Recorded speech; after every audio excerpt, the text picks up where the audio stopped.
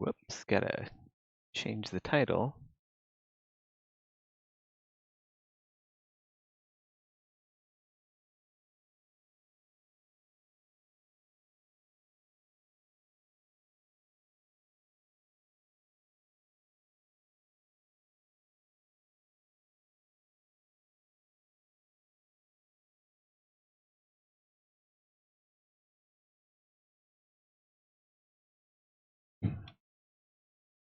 Wow, 4 viewers already.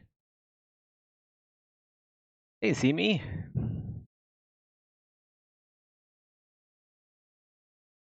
How's it going? Right. We have 3 hours of catch-up stream.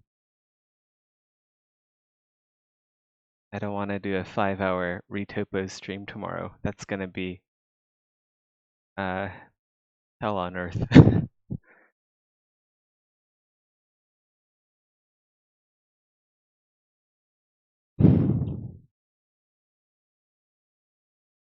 I've been playing way too much Valheim. Way too much! Got a little bit too addicted, and now I have some catch-up work to do.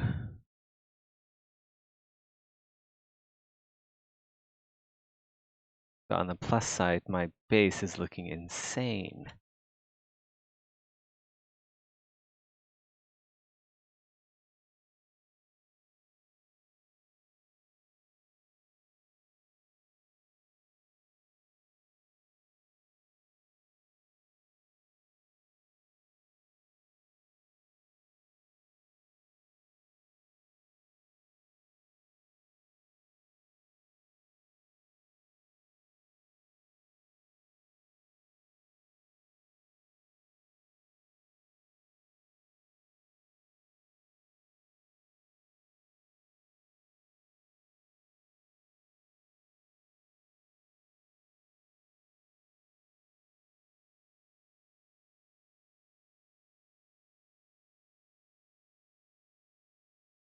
Priorities, huh?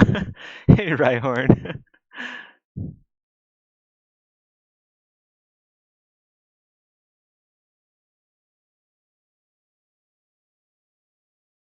It sucks because I know Laleif is playing right now on the server, and he hasn't played in a while. Like, do I go play with Laleif or do I catch up? Exanima Retopo work.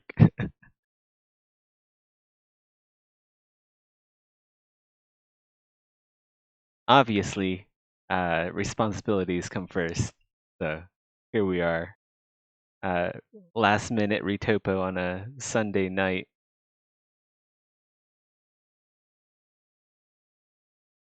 Ten minutes away from Monday.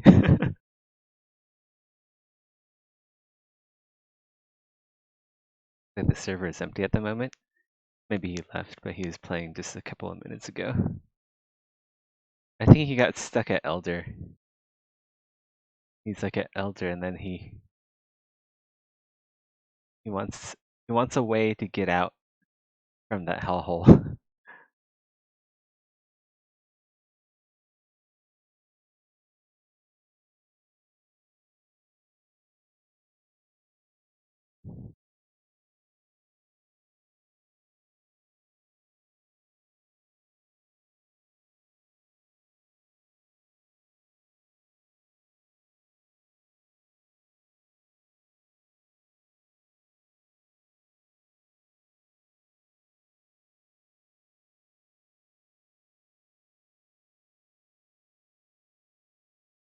Reinhard, we need to get like iron stuff ASAP. I want to get like iron stuff. I want to get like the best gear available before the new content arrives. So like we're very well prepared for what comes next. Oh, we should also figure out what those keys are for.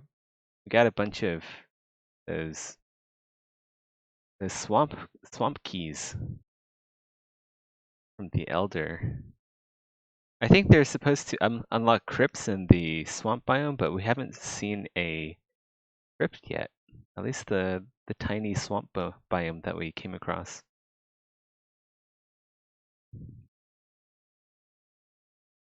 Yeah, I think there's supposed to be like a dungeon there that we unlock, but I haven't seen a dungeon. Maybe we have to dig?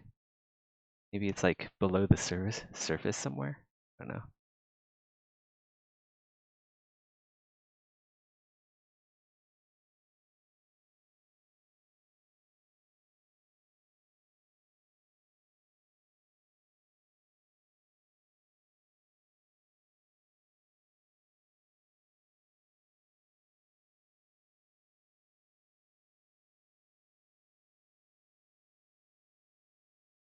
Oh, cool. We should make more boats too. Make a few more carves. Just in case one of them breaks. At least we'll have a backup. I did make 2 docks. I was thinking about making a couple more docks actually. When more players join, it'd be good that they have their own personal dock.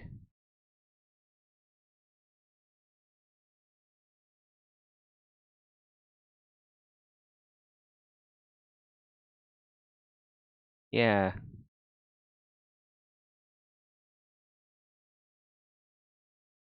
I finally got the hang of sailing the carve.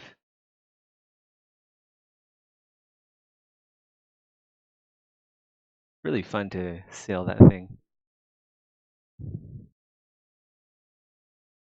I had to go and pick up some food. And I left my girlfriend in charge of sailing the carve for for like 10 minutes. It's a good way. It's like a relationship bonding moment when you're no, did I say girlfriend? I meant wife. It's a good relationship bonding moment where you leave your wife in charge of a sea vessel and just go off and do your own thing.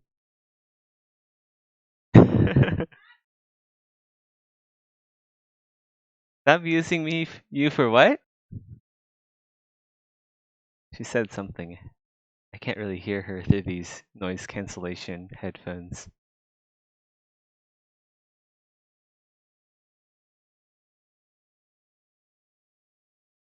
I think she said that I should keep talking about her.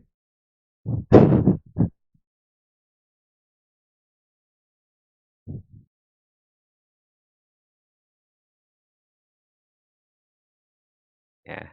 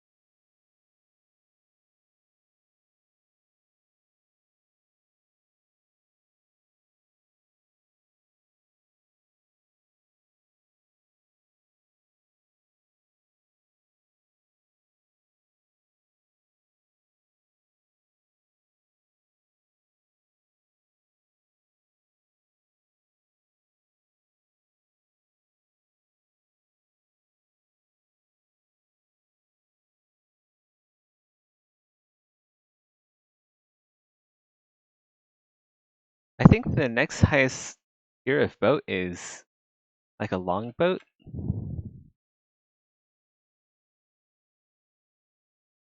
It's pretty big. I think I saw like a screenshot of it somewhere on Reddit.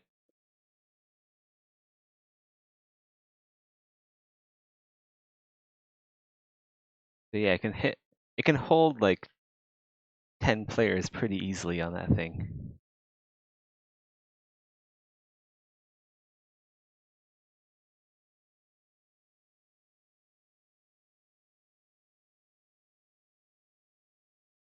God, it's banana born.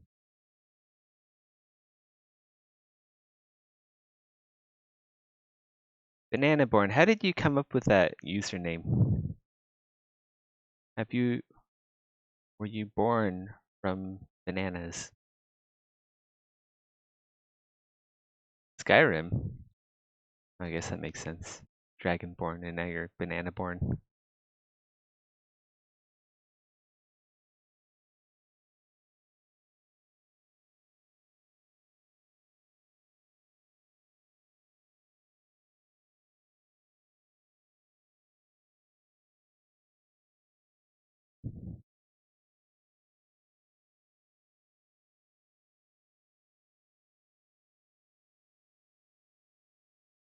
They say you have the power of bananas. Is that true?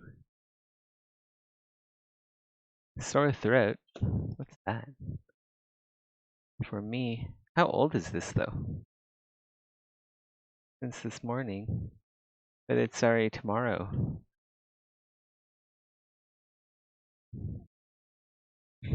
Ow! You just randomly hit me for no reason at all. uh,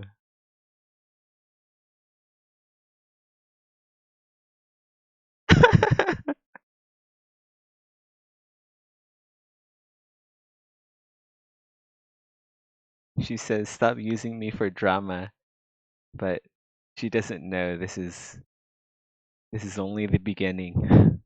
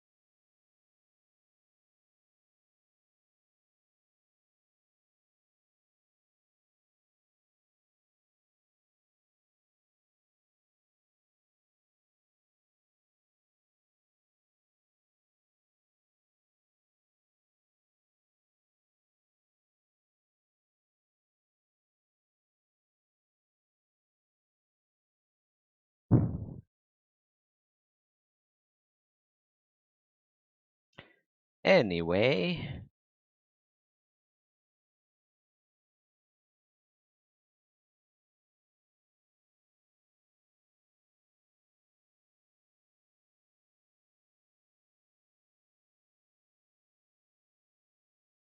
how's my married life? Well, that's a personal question, isn't it?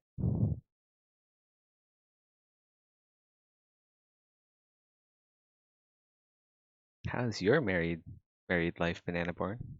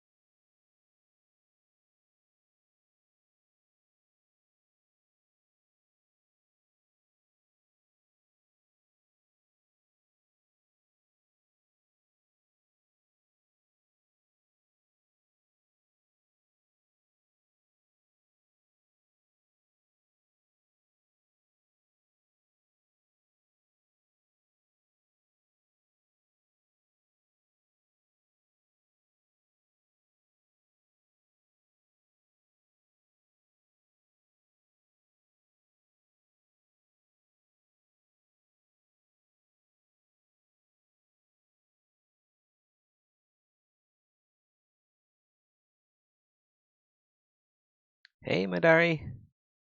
How's it going, man? Yeah, as for my married life, we went out and bought a microwave together. One of the most eventful days of my life. You can now nuke the shit out of food till it coughs up blood and starts sizzling and screaming in agony. It's gonna be great.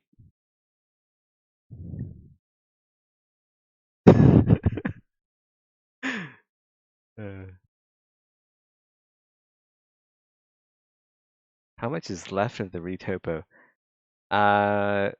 See for yourself. So I would say we are either at or nearing the 50% mark. Still a decent amount left to go.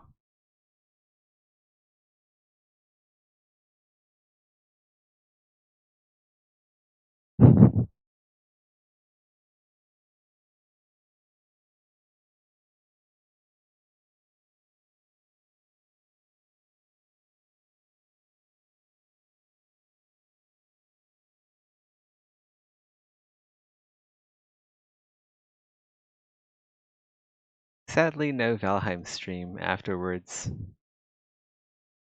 I've already used up all of my Valheim stream time off stream.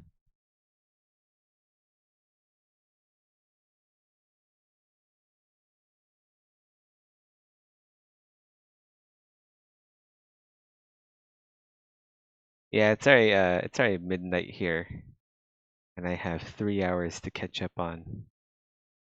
It's gonna be 3 a.m. by the time I finish catching up on Retopo. By that time, it's time to sleep and dream of sea serpents, Valheim, and trolls with faces of bananas. That'd be horrible.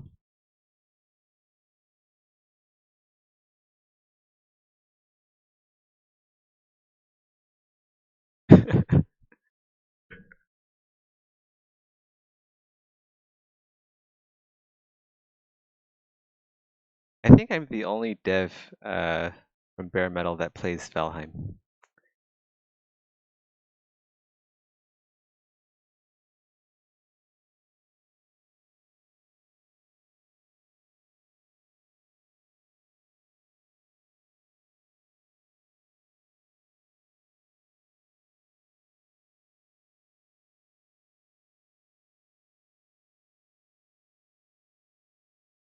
You had 40 hours on Valheim within 3 days. It was pretty wild.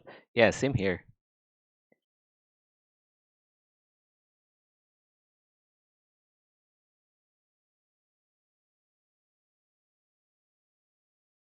Now I kind of want like a Valheim MMO or something.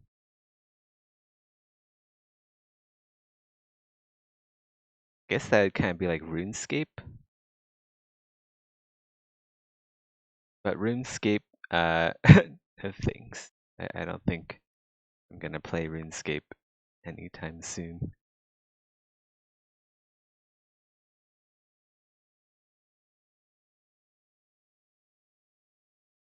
Update or riot. I will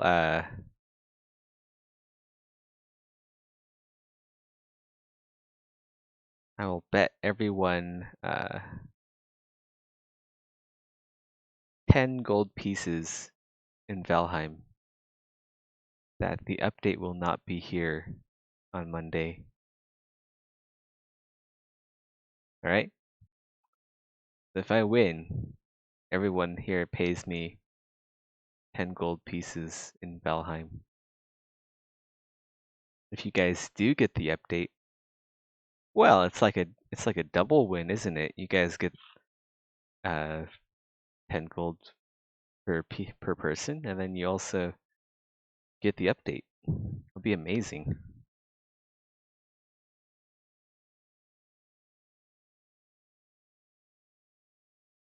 Like, what is there not to like about this scenario?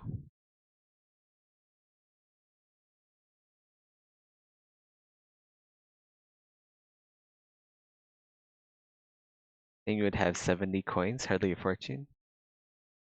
Well, I mean like 70 coins here, 70 coins there,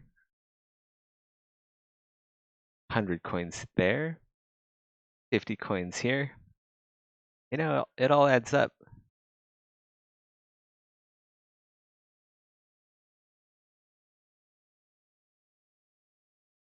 Eventually, I'll be able to buy that Santa Claus hat from the merchant ahead of everyone else, especially Rhyhorn. Like, I gotta get the Santa Claus helmet before Rhyhorn does. Otherwise, I'd feel like a newbie.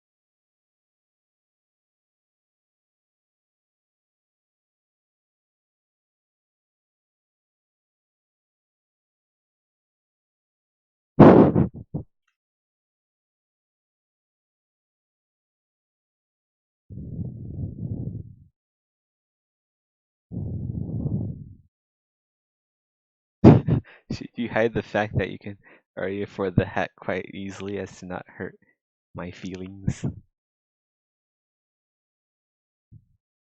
I'm gonna pretend like I didn't read that. Yep, that's what I'll do.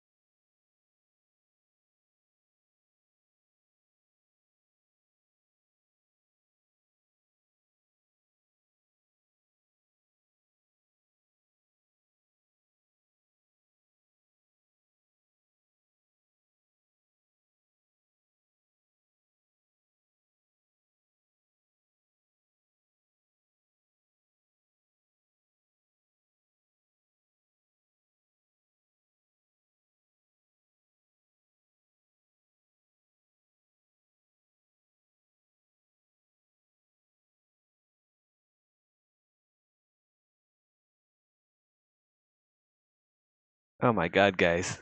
This is quite the project. 12 minutes in, and I'm already losing my mind here.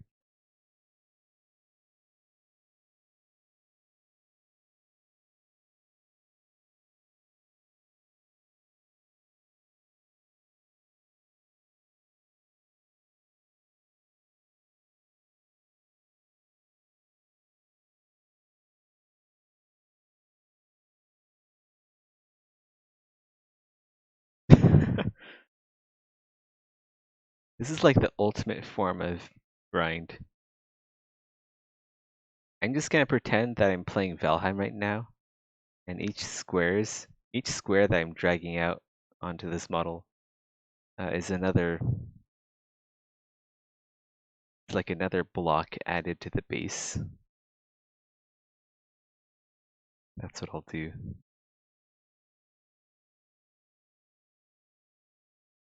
Yeah, we're playing like Valheim or Minecraft right now.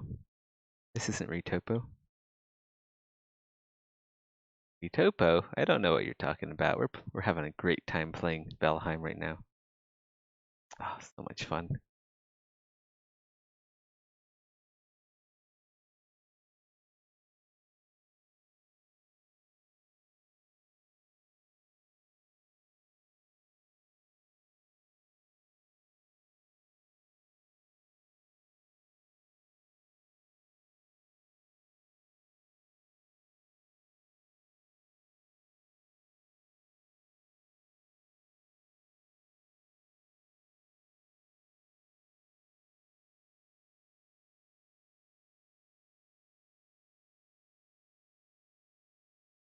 Oh man, I gotta Retopo those fingers too.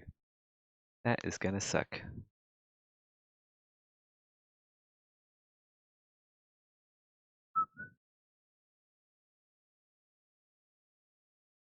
Wait, what? Retopo? We're not doing Retopo, we're playing Valheim.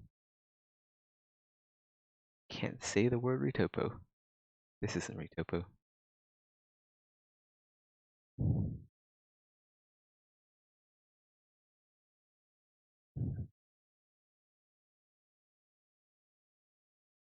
The more we chat, the less he works, so silence your little lambs.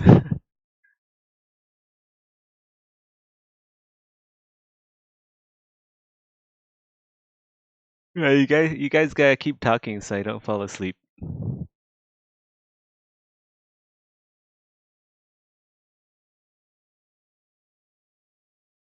I don't fall asleep playing this wonderful game called Valheim. This is some cozy base building we're doing right now. Yep. This isn't work. What are we talking about?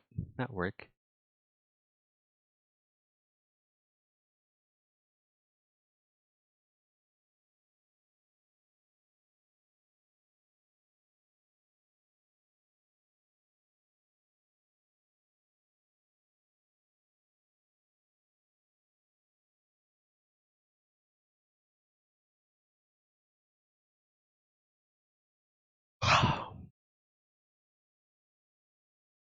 Can make this Sphincter Retopo a paid OnlyFans stream.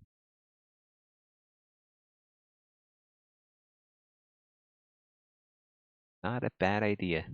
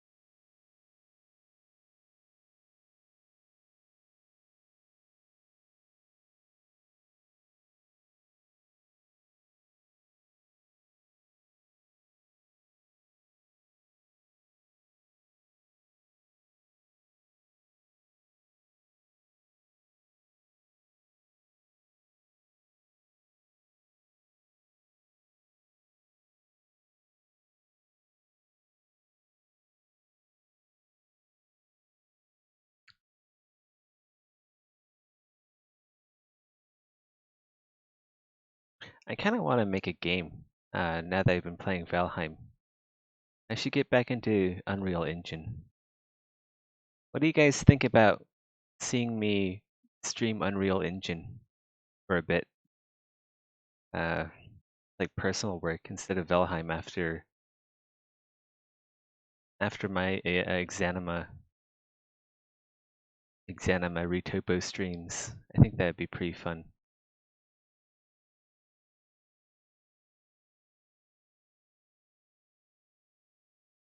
I think I'll stream myself making a game in Unreal Engine because that's something I've always wanted to do, but it's like I start and then I stop and then I start again. I mean, each time I start and stop, I do learn a little bit more about Unreal Engine. But I think it's about time that I start my own project so I can get some passive income rolling. This is called growth. Yeah, I think I'll do that. I wonder if I should just stay awake all night too. Like, I mean, I gotta read Topo until 3 a.m., right? So why not just stay awake and then go to sleep the following day? I don't know. That's what I used to do when I was younger. But now since I'm a husband, an aging man, I don't know if my body can handle it anymore.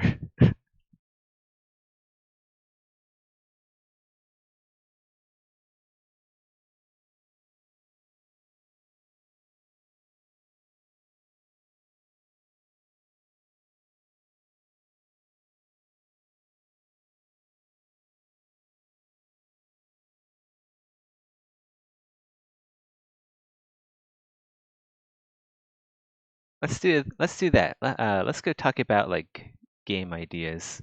I think that I think that'll wake everyone up and make this stream a lot less tedious to get through. So I've always had this idea, right, for like a like the ultimate necromancer's game.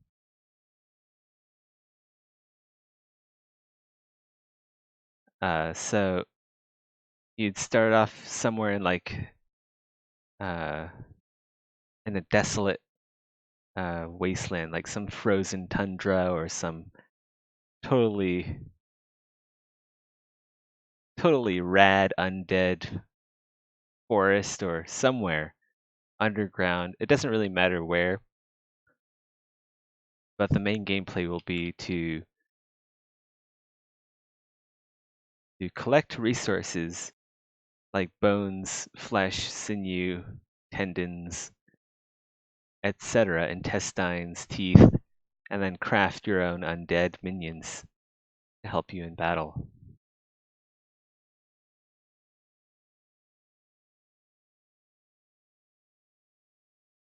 So kind of think like Spore, but instead of mutating uh, mutating your own little mutant dude, your cellular organism, you create undead beings and have them as your constant companions. Why does an undead need intestines? They don't, but you can use intestines as rope.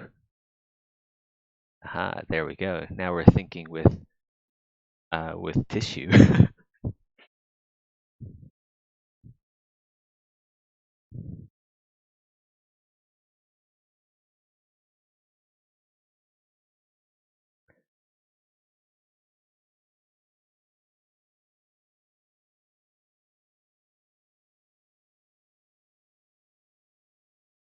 Like the undead don't need intestines, but the necromancer, the lich that you play as, can use it.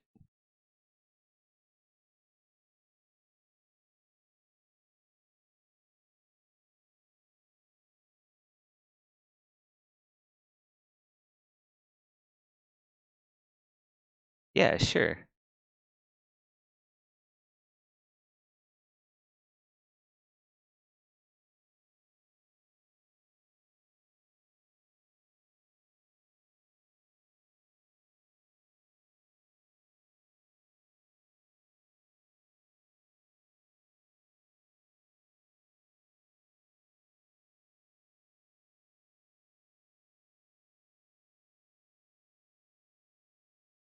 But I gotta start small. I gotta be careful about how large of a scope my game will encompass.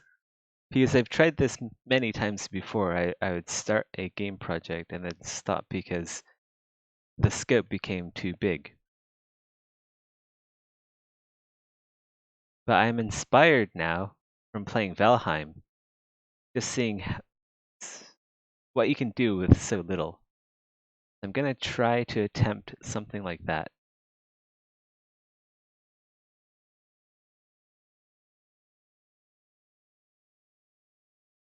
Because I pretty much already know everything. I can probably make Valheim an Unreal Engine if I really put my mind to it.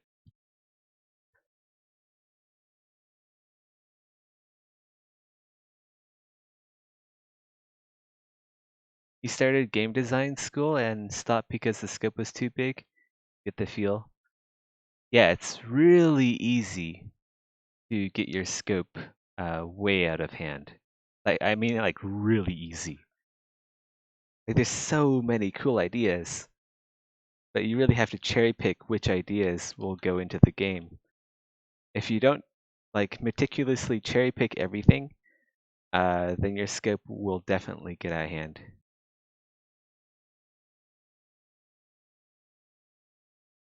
Do you need a programmer?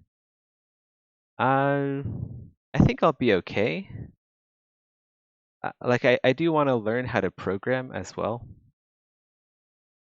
I already know a decent amount of node-based programming, and that I followed a tutorial to create like an inventory system and like a system to pick up items, uh, combine items together, item stacks in inventories.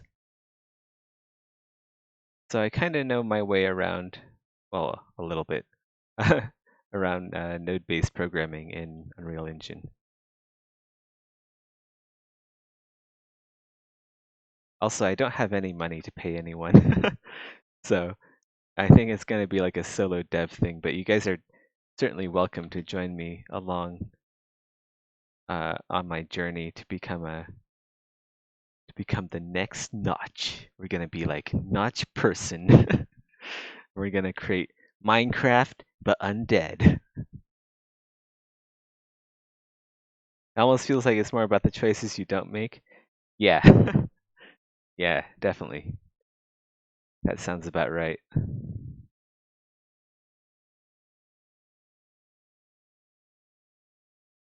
Like I had this idea before, but I was gonna go for like a super hyper realistic necromancy game where you would even learn like the anatomical terminology for every single part of muscle, bone, everything. Anything that's been categorized in the human body would be in the game. And I was like writing up like data sheets for these parts. It was a nightmare. There's so many parts in a human body, and they can be subdivided into multiple parts. And oftentimes, these parts uh, have multiple names or are interlinking with uh, other parts of your body. So yeah, it's a bit ridiculous. I don't think I can make a hyper realistic necromancy game.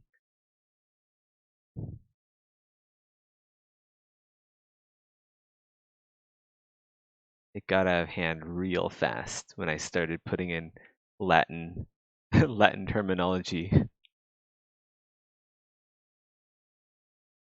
It's a good study in human anatomy, though.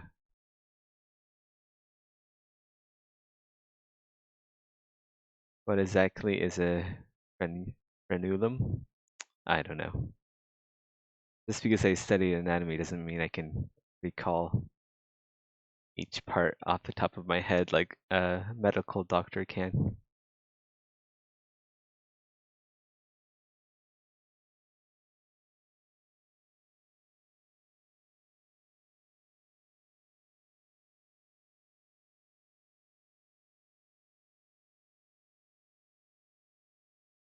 Name all the foots in the bone right now. If you have feet in your bones, I'd be worried. There'd be bigger things to worry about. Bones in the feet. All right. So you have like the metacarpals, and then you have like the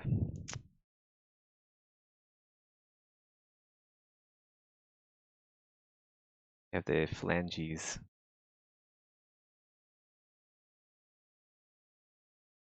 Yep. You have like the median, distal, something else, sort of bits, digits, toes, etc.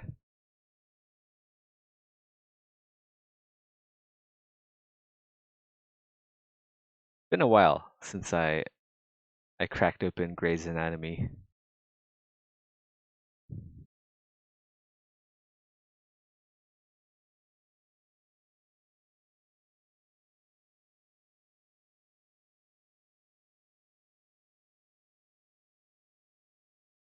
The skeletal anatomy is easy, all right? Skeletal anatomy is hella easy compared to soft tissue anatomy, like muscles and everything else. And sometimes humans don't have the parts that you expect them to have. Like sometimes they're missing certain muscles or they're missing certain bones, missing certain ligaments. So that's where I realized the scope of my game was going to be a bit too crazy if I also included that level of detail.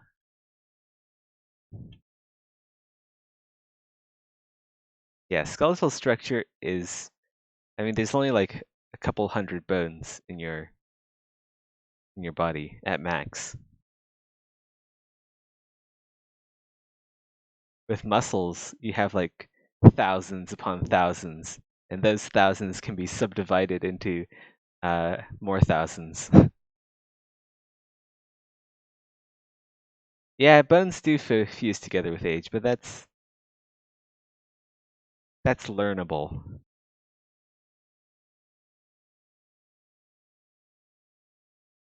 I could cut it down to main bones, muscles, and most important organs. But then I also wanted to add like a damage system. Like how damaged would these organs and bones be if you scavenge them from dead bodies?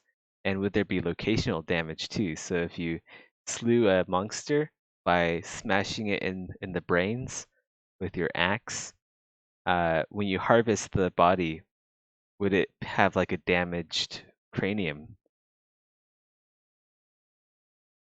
Would it have like a damaged everything?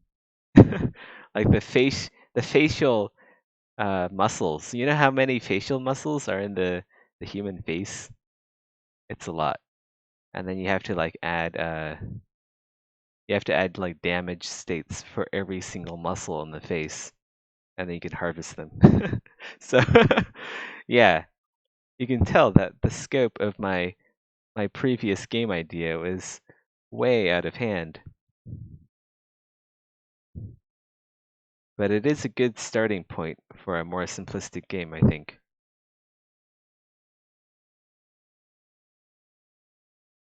Seth, I hate to say this, but you are not Madoc.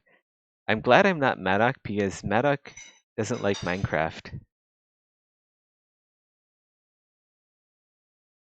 And I feel bad for anyone who hasn't played Minecraft and hasn't experienced the joy of playing in a pixelated blocky world.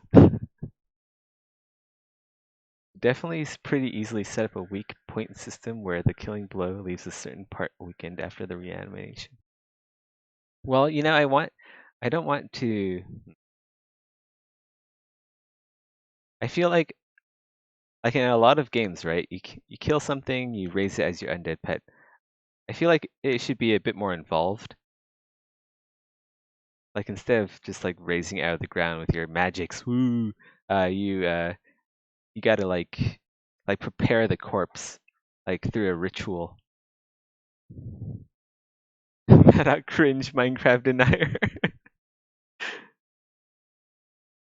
Nah, it's totally fine that he doesn't like Minecraft. Like, you're allowed to like or dislike any game based on personal preference. But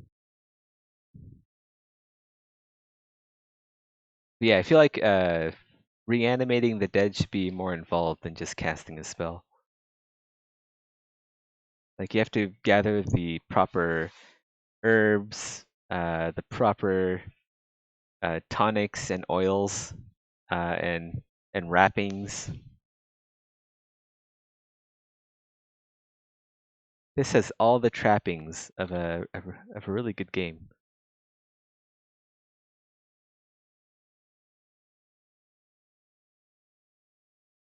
That blocky hell is hollowed ground. Man, I used to play Minecraft so much. It's just Minecraft and World of Warcraft for me. Just those two games for a solid 5 years.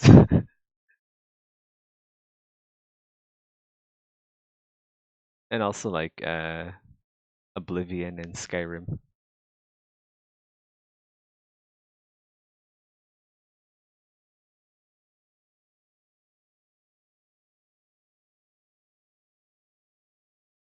I think I played Runecraft. No, wait, RuneScape. Runecraft. What the heck? That's a different game. RuneScape. I played it for a bit in the early days. Like when old school RuneScape was just still RuneScape. I played it back then, but I never got into it. I never got hooked. Not sure why. Maybe it's because I had a WoW subscription. I'm like, why am I playing this blocky RuneScape game when I could be looking at boob physics, night elf boob physics? So I went the way of the Blizzard fanboy. Yep. You see Diablo 2 remastered announcement. I don't really pay attention to Blizzard stuff these days. All of their so companies are made out of people, right? And all of the original people who made uh, Blizzard great have either left or have dwindled in a capacity where Blizzard is no longer the same Blizzard and hasn't been for like a good decade now. So sadly, I do not participate in Blizzard games anymore. Horn dog strikes again. Hey, uh, you can't blame me for that, all right? Like I would like to see you find something better than night elf animations. It'd be fascinating if there are more if there are different methodologies to necromancy, almost like a build in an RPG. Like if you're a brute force necromancer. Yeah, exactly. Exactly. I agree here. This is kind of what we're getting at here. So there's gonna be a lot of build options and customization. And I feel like if this game was entirely about necromancy, then necromancy would lose uh, the shock and awe sort of power that it holds. Like if everyone was a necromancer, then no one is a necromancer. It's kind of like if you play a game where the only class available is paladin, everyone just plays paladin. So I'm gonna have to figure something out. I'm thinking something along the lines of Morrowind, where your skills improve as you use them. That's kind of what Valheim did right as well. So I think we'll go that route.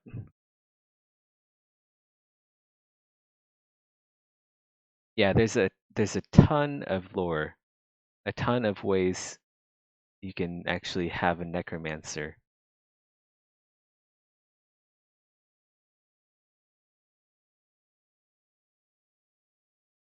So yeah, we just gotta get organized, make some data sheets, and then figure out what we need to work on first. I think we need to get like a... So this game is going to have 3 different modes. It's going to have like first person, third person, and then kind of like a first person building mode where you go into first person and start building things. Or maybe we'll just have a third person and no first person. You can still build things in third person, as you can see in Valheim. It depends on how intricate that the constructs will have to be. If they're really intricate, we may want a first person. Or we can also go the route of World of Warcraft. So if you zoom in enough, it becomes kind of like this janky first person sort of view. At what point do you start introducing the loot boxes? Day 1. No, I'm kidding. Yeah, we're not doing loot boxes. At most, probably just microtransactions. But the thing is about microtransactions for like cosmetics, you need to have in-game earnable microtransactions. Well, in-game earnable cosmetics. You can't just sell stuff on the store. Otherwise, people are going to be like, hey, look at all the dev time going to cosmetics when they should be put in game. Yep. Look at these asshole devs just spending all their time on the store and not putting stuff in the game. So yeah, that's what I think with that's what I think cosmetics should be. You gotta be able to earn them in game if you want to sell them in a store. Well, this asshole. Yeah, exactly.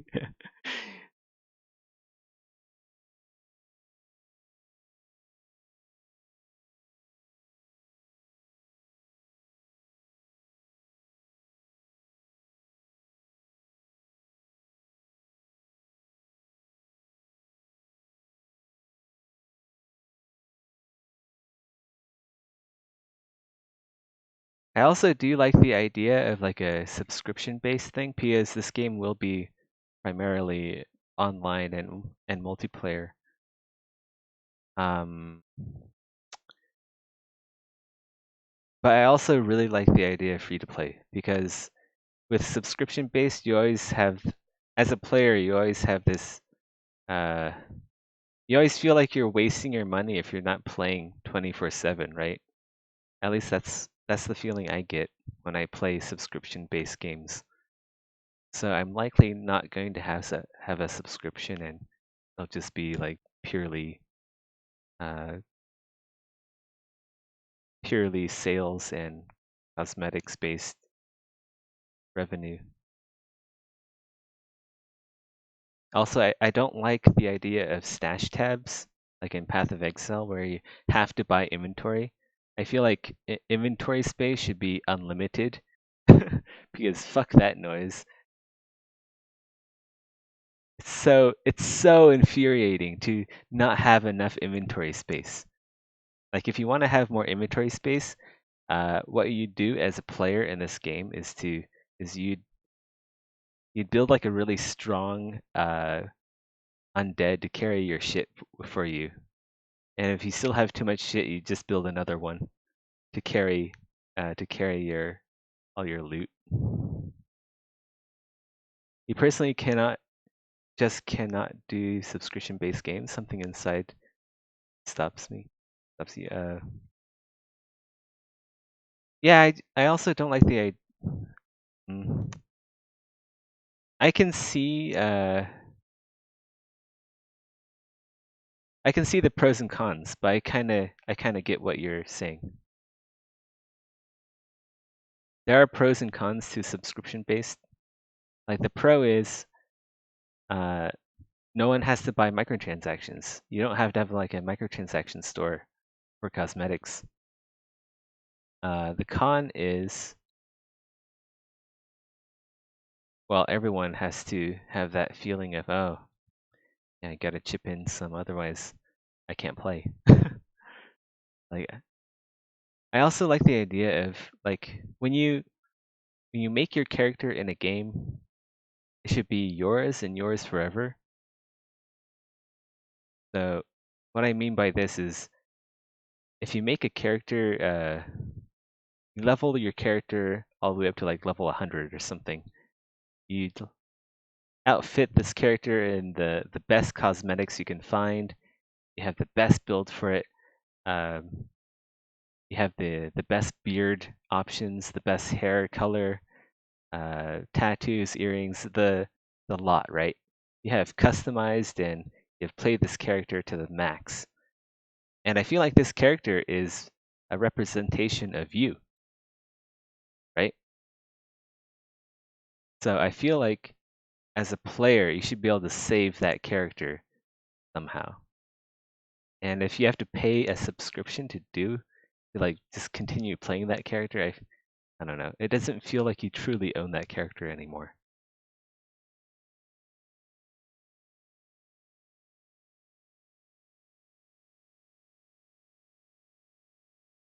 You don't think subscription-based games are very good ethically? Well, it depends on like a subscription, right?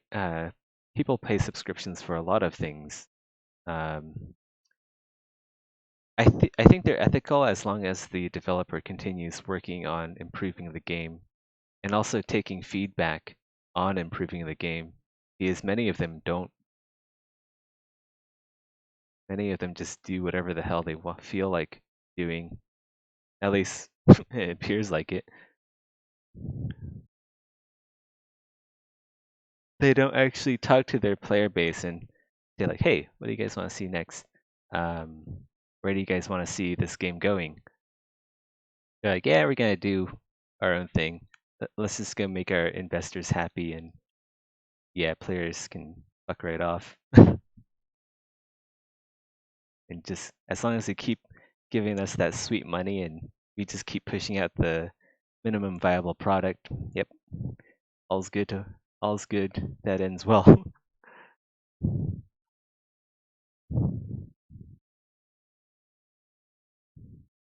Is the nature of the game as a commodity. As it stands to me, games are more of an object to be owned. Modern models treat them less like a good and more of a service. Yeah.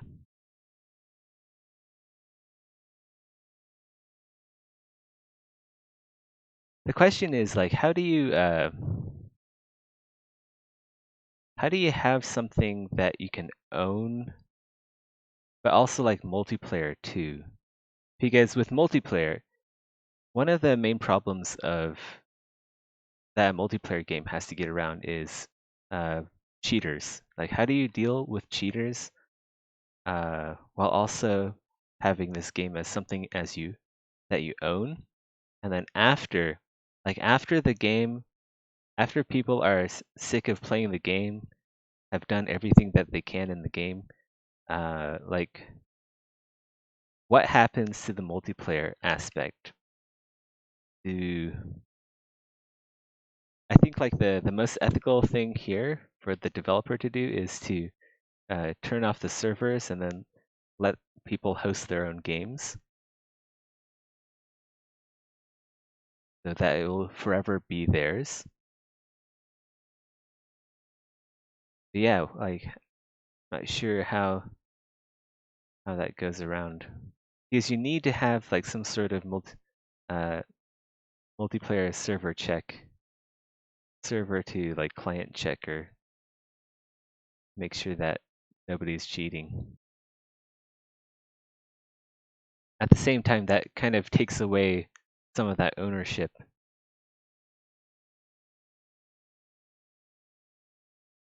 Like if it was really truly 100% yours to own, uh, you'd basically just be handed the source code so that you can modify it.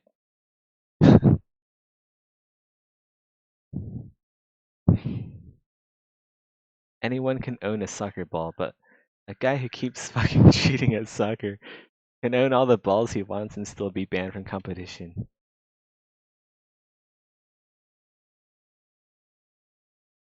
Yeah, I agree. That makes sense.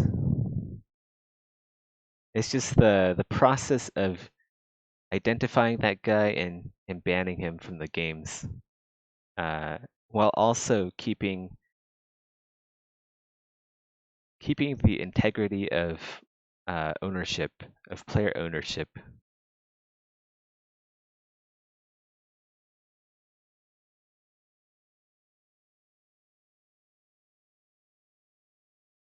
It's a tricky problem to solve.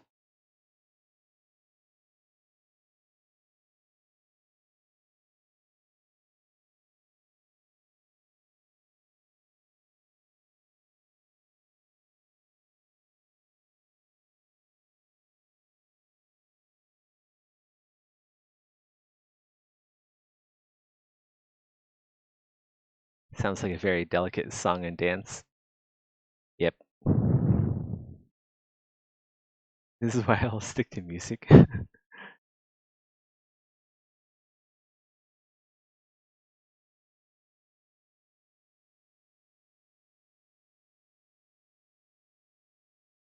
Now I'm hyped about making my own game in Unreal Engine. We have 2 more hours of this to go. We'll see how tired I am after 2 hours of retopology. But wow, that hour went by pretty quickly. Let's talk more about developing this game.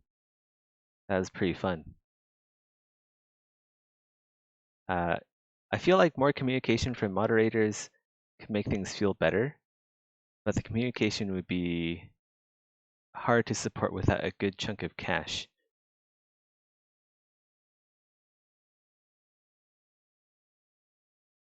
Well, what I'm hoping is like moderators wouldn't really be needed very often.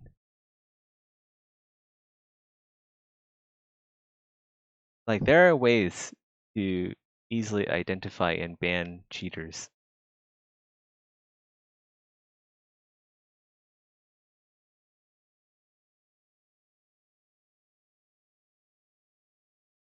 So it's got to figure out how to do that. It's such a big problem that I feel like uh, the game should be developed with that in mind directly from the start if it's going to be a multiplayer game. Because I can't play Destiny 2 anymore because of cheaters. That fucking sucks. I love that game. I can't play it because PvP sucks. And I was basically a PvP only player. I did some raids with Maddock and the gang, but yeah, it's mostly PvP for me.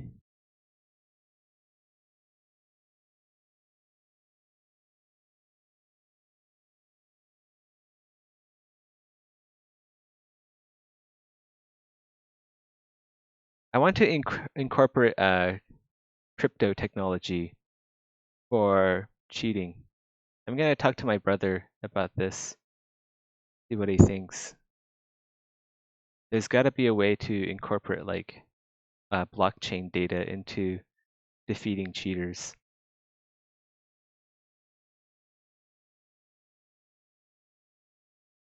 Like, can we assign unique blockchain? Like, basically everything in the game will be like a coin. That they all have their own unique identifiers. I think that would be a good way to stop cheating. We're gonna go full on hardcore with incorporating blockchain technology into video games.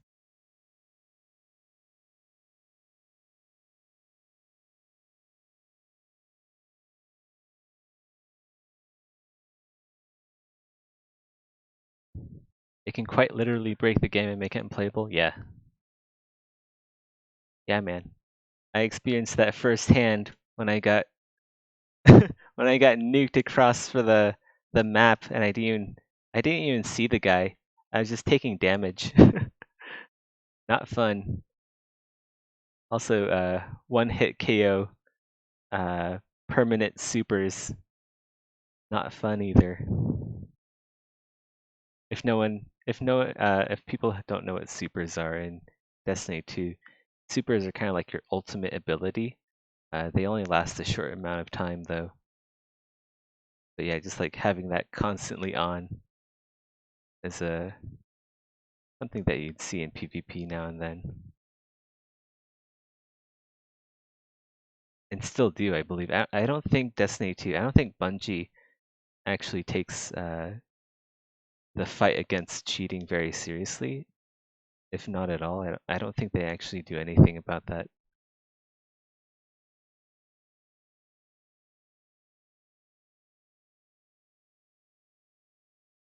They probably like weighed the pros and cons of stopping cheating, and they're like, oh yeah, the PvP players aren't really a huge chunk of our players base anyway, so we'll just cater to the PvE guys and just leave PvP to the wayside. Less costly. Would that create some weird commodification of in-game items? Yes, it would. But that could be a good thing if done carefully. Like you'd actually have real player trading.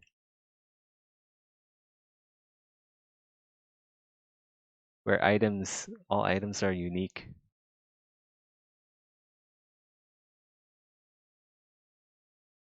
It's all about the careful touch in video games. Like so many video games approach game design with a fucking hammer. They just hammer that shit into shape instead of actually like using surgical knives and tongs like you're supposed to.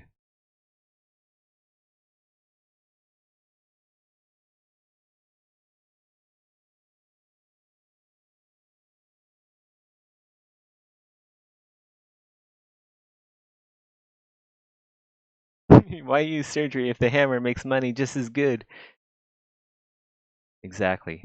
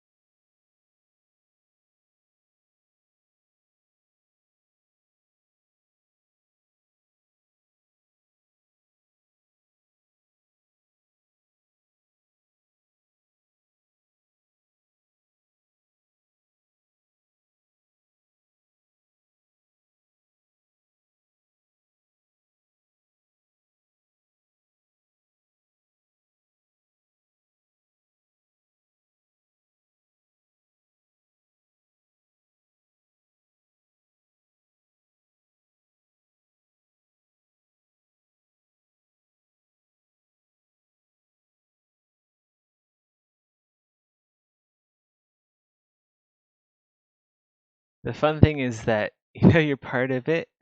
When the next Elder Scrolls is coming out, you're gonna buy it.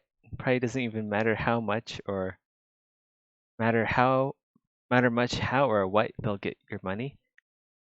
Yeah, same here, dude.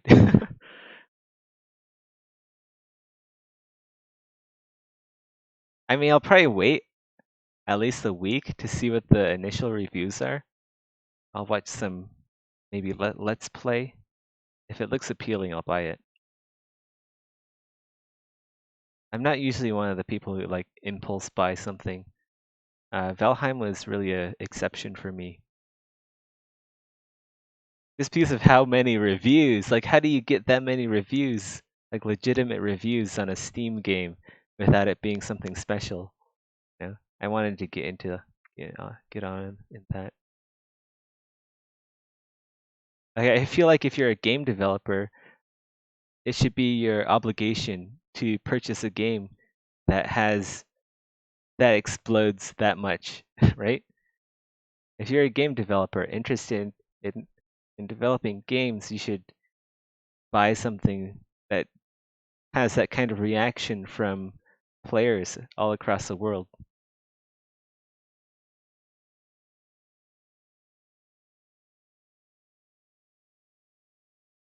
Because there's much to be learned.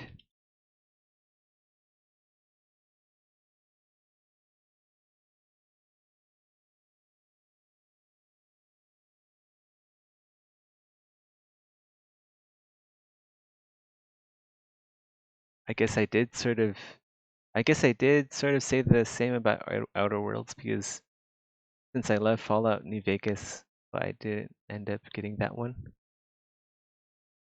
I heard about Outer Worlds. I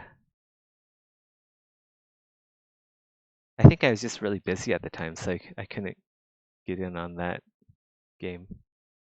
I should though. Darn it. It's all about time. It's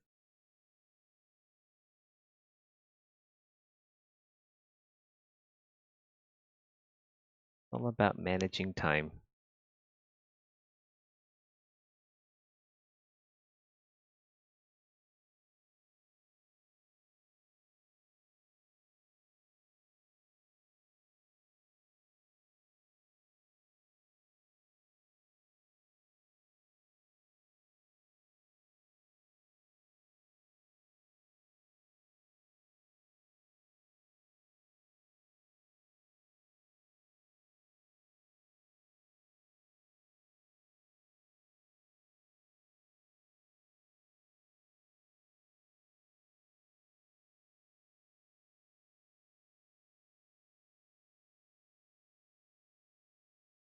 What is the Outer Worlds again?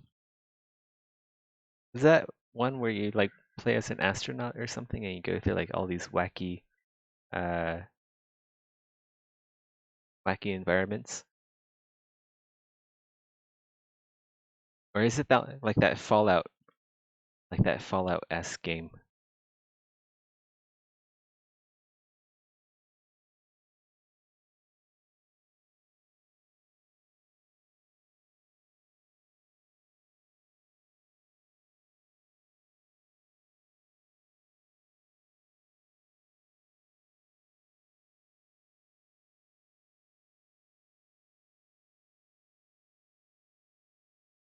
Base game made partly by Obsidian.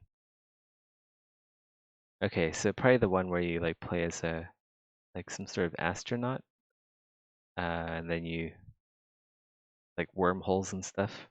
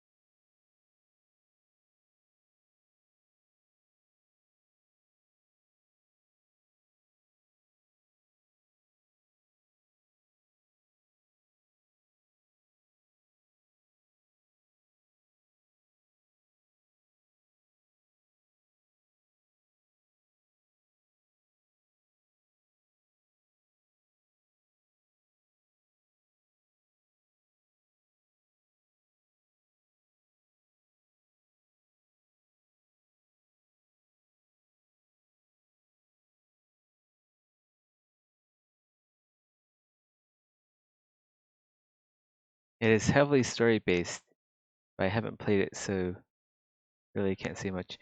That's kind of one of the reasons why I didn't get it, I think.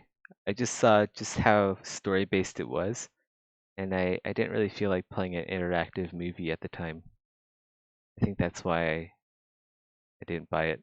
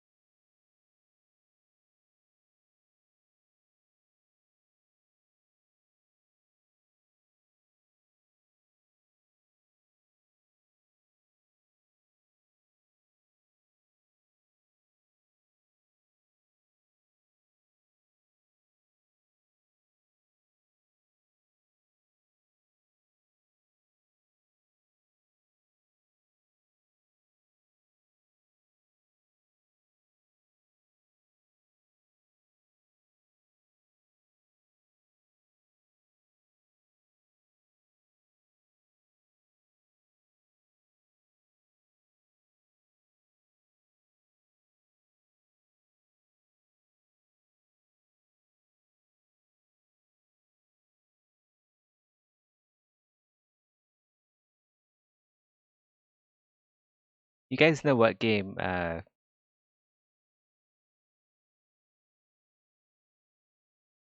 did necromancy right? Diablo 2. Just that one game. I haven't found any other game that does necromancy very well.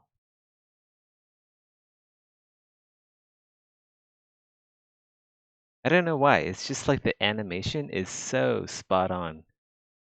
It's like you cast the corpse kind of explodes and this gnarly bony mess comes crawling out. Diablo 2 is one of those classics you never played. I would play it. Although it is, I don't know how enjoyable it will be. It is pretty, like the graphics, if you aren't used to them, they will be pretty dated, but I still think they look pretty good. I'm thinking for the art style, the art style that of the game that I'll be making will be like, I know it's like really, it's really cliche of like independent developers to do like a pixelated art style. But you guys see just how long this one creature takes me to make. If I were a solo dev, I would not be able to do that. So sadly, even though I have the knowledge to create realistic monsters from a high poly ZBrush sculpt to a low poly, then bake the textures onto that and animate it, I don't have the time to create that level of fidelity in a solo dev project. It didn't age well. I don't know about that. I still think Diablo 2 is fun. I have it on my computer right now. Uh, but the thing is, you can only play it at a certain resolution unless you put in mods. And then even then, like if you make the screen too big, the AI breaks. Like monsters don't detect you unless you're within a certain radius of the edge of the screen, something like that.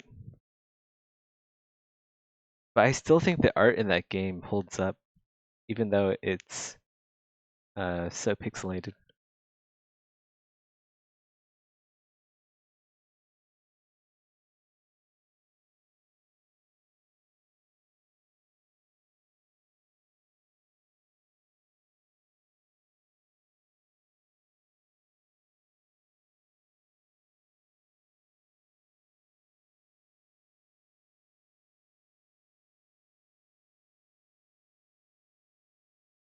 From Google, I can say I really like the look, but I am also very partial to the Fallout 1, 2 style. They're kind of similar, aren't they? Fallout 1 and 2, and also Diablo 2. I believe Baldur's Gate also shares the same aesthetics, or similar. A lot of games from that era that have the same aesthetic.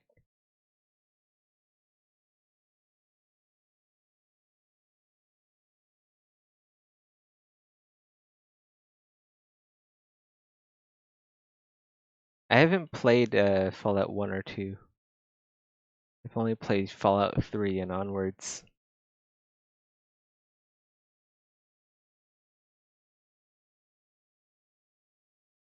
I spent a lot of time in Fallout, but I don't know why, because I don't like the aesthetics of Fallout. It's like everything is so gray and brown. I do like realistic, but this is a bit too much gray and brown and green.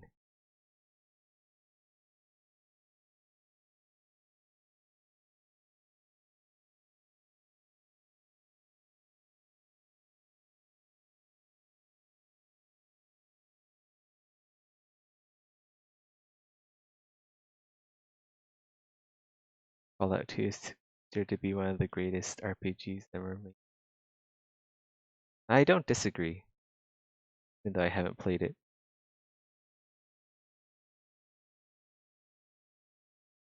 don't think the art style is for me.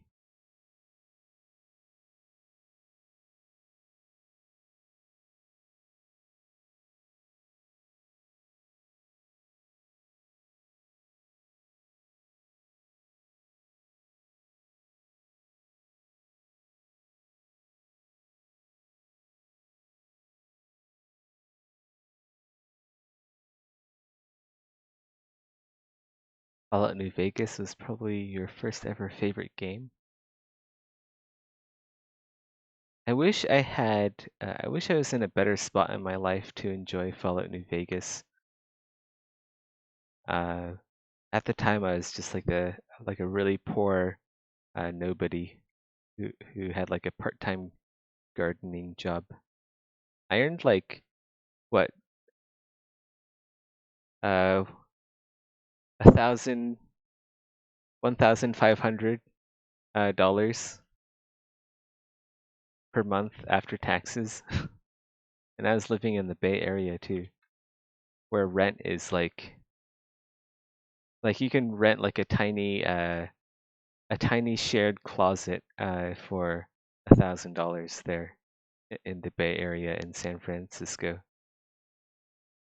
So I was like really struggling back then, and I didn't have time to play Fallout.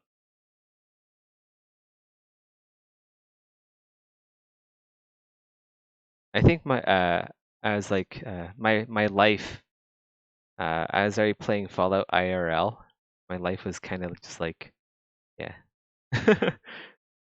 It's just like trying to survive in the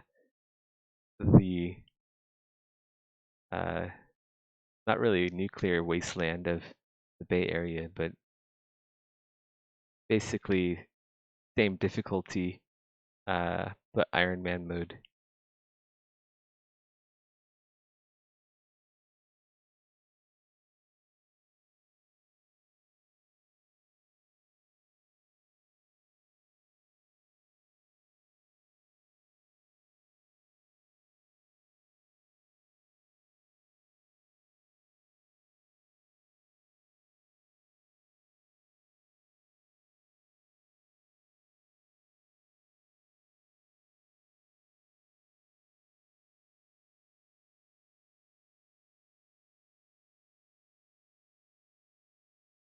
Does that mean you can still play it for the first time?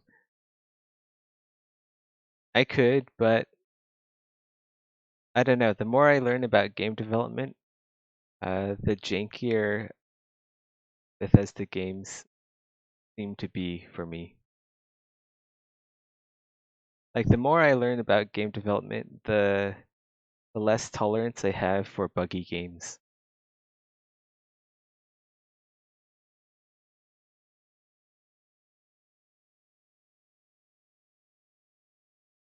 I'm gonna be 30 in 2 years, and that also means I have a limited amount of time left on planet Earth before my before my body perishes and I go feed earthworms.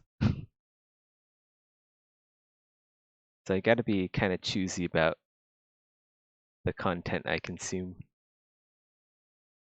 Oh my god, the drama. But it's true, right? Like once you're 30, well, I mean, that's basically a third of your life uh gone just like that. Poof. And that's if you're lucky. That's if you're planning on living to 90. 30s are the new 20s. Fuck off. Don't joke with that. Oh man. Like the day my couple years ago my brother turned 30, and on that day I prayed for his soul. I prayed that he would find happiness in his 30s and not sink to crippling depression because of how short his lifespan is, comparable to that of fruit flies. You got married and I'm still single. Well, I mean, that just means that just means you can still you can still get married for the first time. Like Rhyhorn said, be like that before marriage. Yeah, that's the spirit.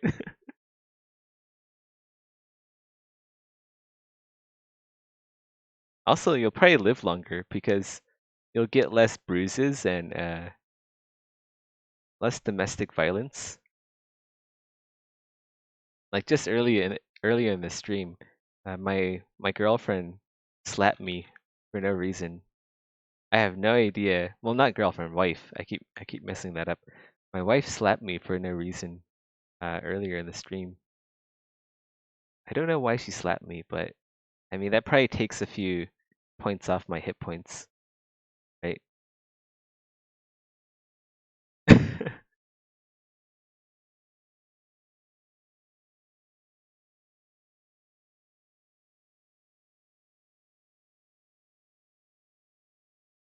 All right, Madari, I'll give you a tip for finding hot single ladies near you.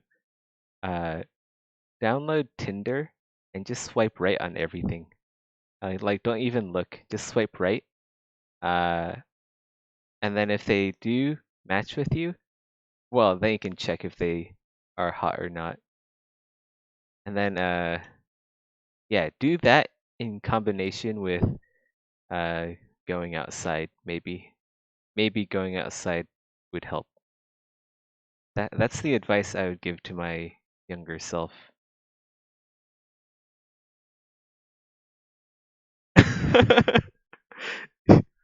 Yeah, maybe. Okay, so if you want to min max your vitality stat, it might be a wrong decision to spec uh into wife, into the wife talent point. Because while you will have the perks of the very powerful skill wife, you will also get the downsides of it. It's a very build defining talent point.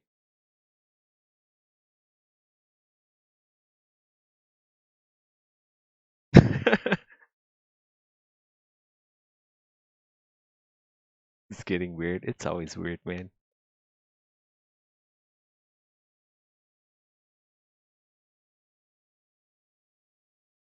You choose the lady killer perk or not? The lady killer perk takes a lot of point investments. You really gotta sacrifice a lot of points to actually learn the perk.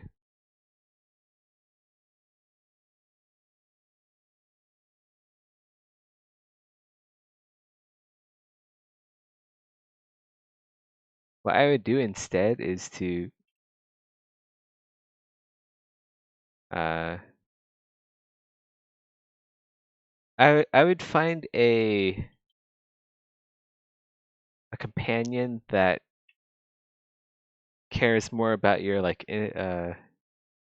your stronger that cares more about like your build as it is now, and cares more about like the stronger perks that you have.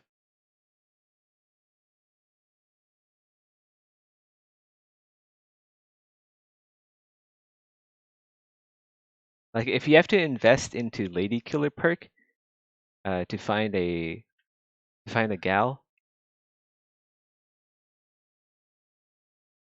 then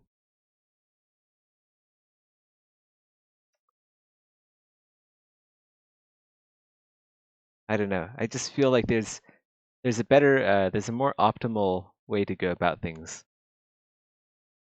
I don't know if that's actually the meta build.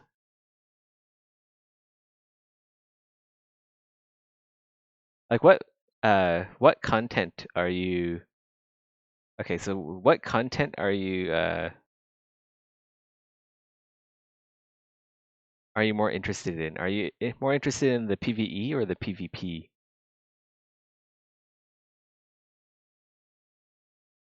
Like you should, since you're like you're either 30 or above the age of 30. I'm sure this is kind of like a newbie question for you, Madari. And you probably already have like a build that you've spent your life working towards.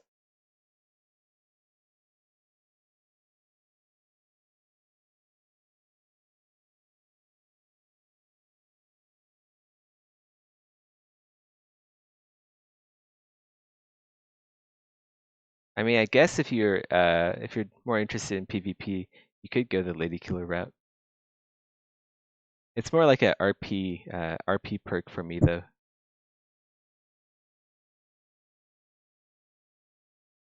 Like I've gained the fat debuff after getting married, but I don't think my wife really cares that much. She does care to extent, but she doesn't care that much. So if you want a meta game life, I don't think Lady Killer perk is really something you need to invest in.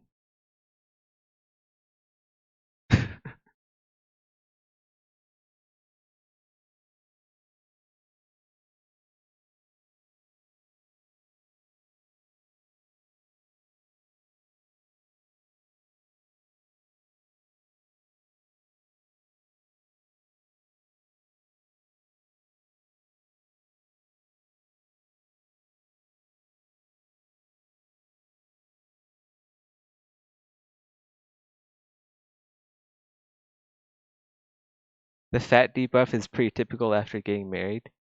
Yeah, I know. Like when your wife hits you with the hey babe, I'm finished with this. Eat this for me. Uh, that's actually what the ability is called. Hey babe, I'm done with this. Can you finish this for me? That is their special perk that they get after they invest into the relationship perk, which is totally unfair. Like we us guys get nothing like that after investing in the relationship perk. So it's kind of like a one-sided thing. But yeah, she activates that ability all the time, and it's got to be prepared for it.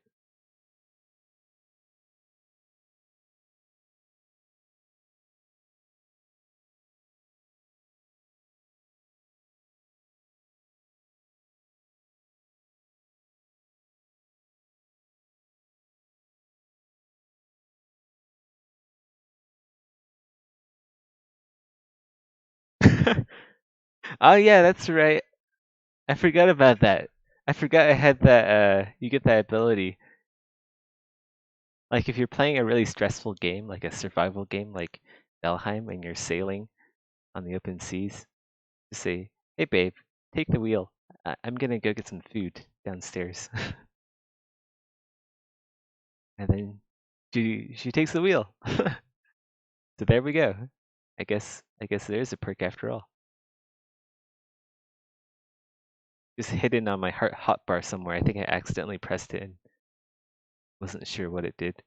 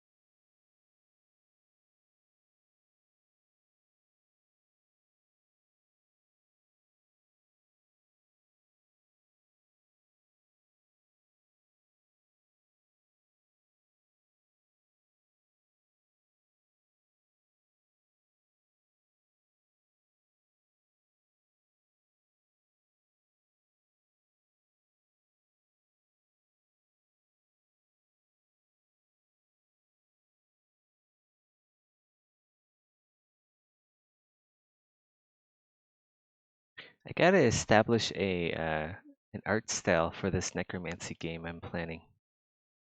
Trying to think. Like Valheim has a really good they have a very optimal setup for their art design. Like they're using like Minecraft's I think they're using like 16 by 16 pixel textures, or maybe 32. No, they're definitely using 16 by 16. They're using something like that, which is quite optimal if you only have like a couple of people, because a 16 by 16 texture, while it is it can take a while to texture something that looks good with that pixel size. It doesn't take nearly as long as something like this.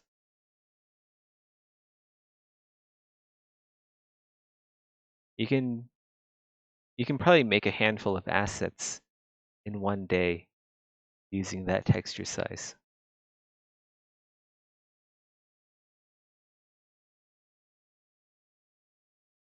I'm wondering if I should bump it up to 32 by 32. It's a very important decision early on. Figure out what kind of art style. Because the higher the resolution, the more work you have to do. Make it look good.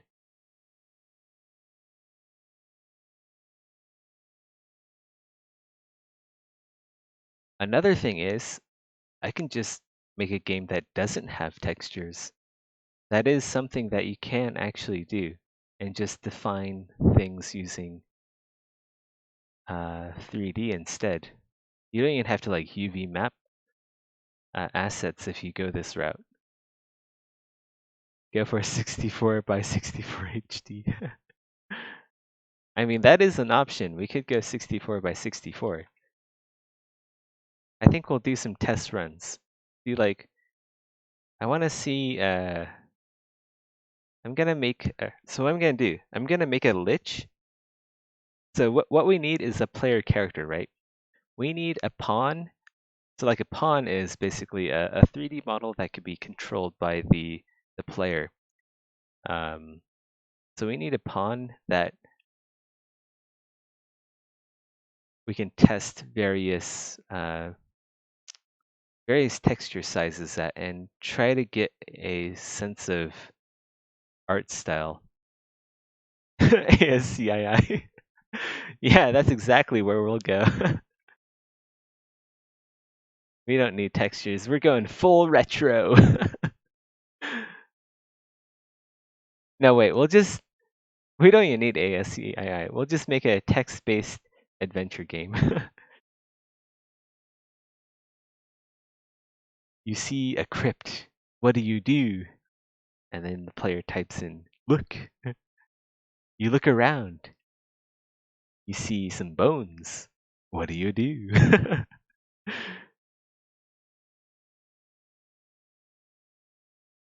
There we go. That's exactly what we'll do. Yep, we're going to mud territory now.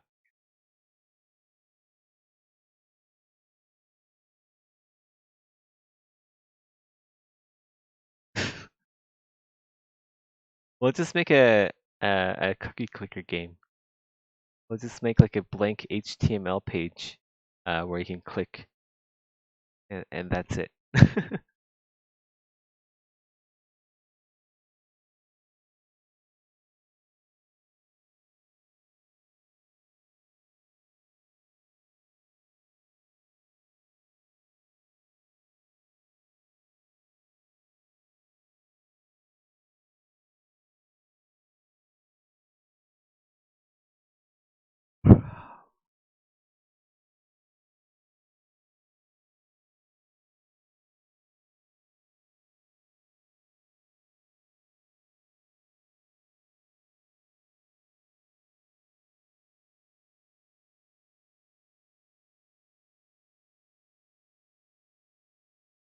I might try experimenting with the no textures or maybe like very minimal textures route.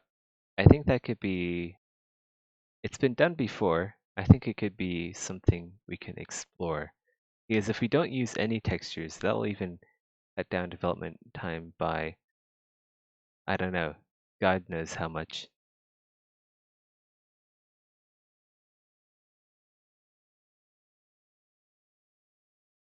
We can just like slap on like a color for each mesh in a given model.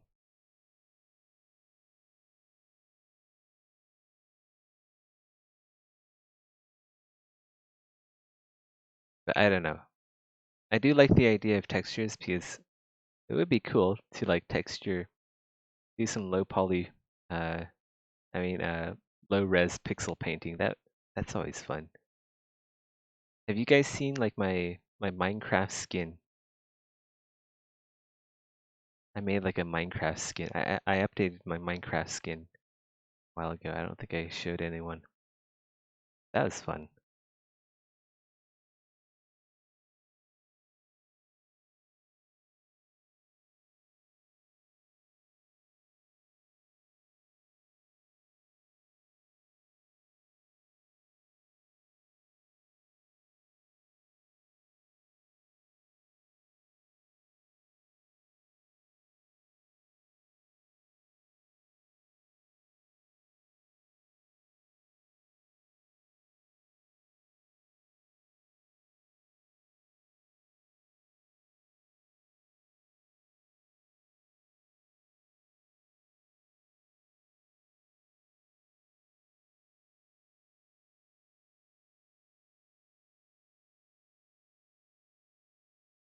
One sec.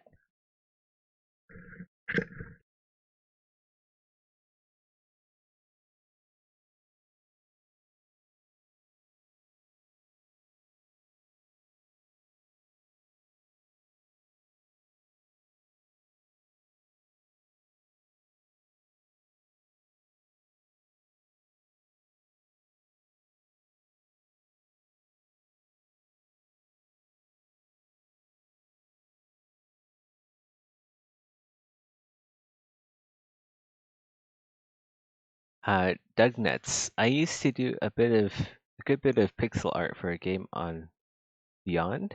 If anyone has heard of that, I think I might have heard of that. Go Google that. Enjoyed it, but I'm not really a creative person, so it was mostly simple custom stuff. Okay. Why isn't my internet working right now? That's so weird. I don't know why Google search is taking so long.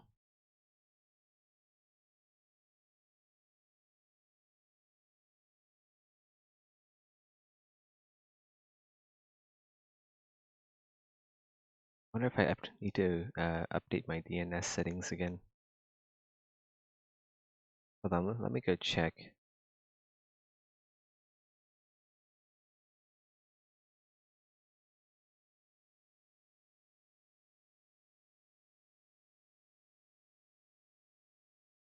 What are my properties?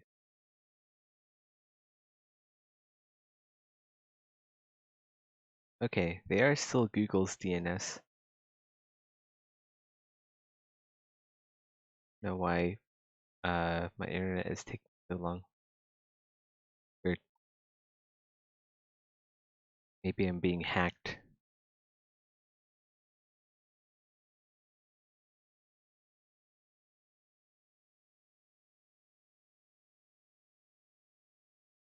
It's Beyond on Steam. Let me go search.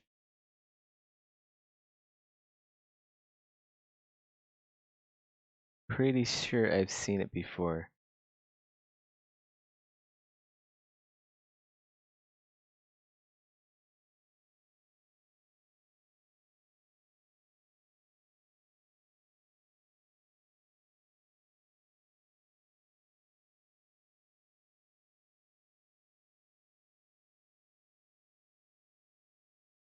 Okay, no, it's not on.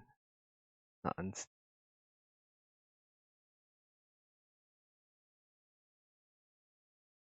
Oh, it's this old and terrible game engine people host their own games on. All right. I thought I heard of that game before, but maybe I haven't.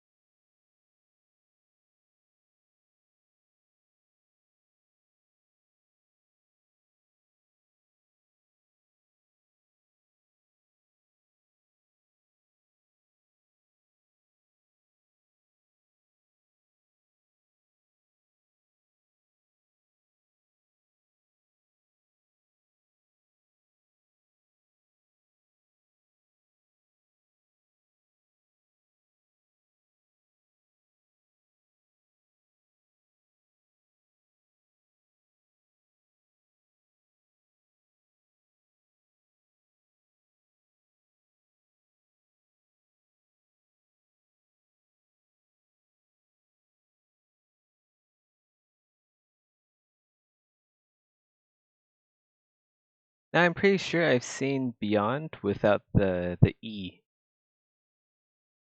Just B and then YOND. It sounds familiar to me. I just can't quite place where I've seen it or heard of it before.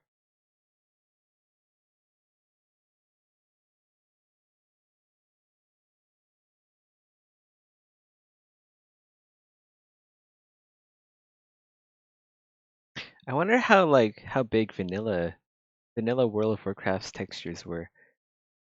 I'm pretty sure they're pretty darn small. They were probably using like 64-bit textures.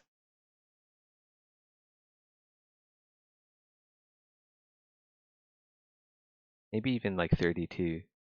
I wouldn't be surprised if they used 32 to 64 bits for a lot of their characters. That could be a good place to start.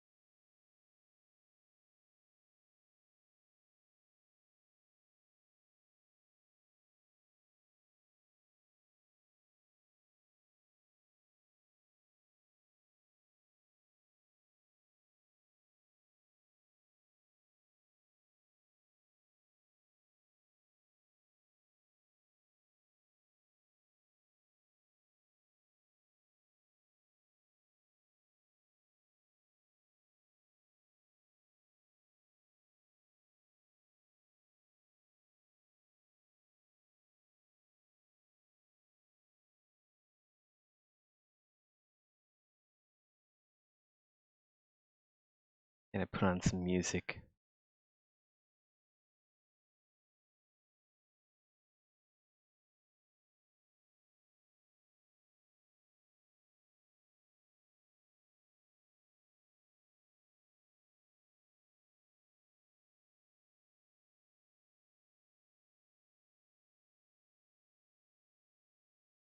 That's weird.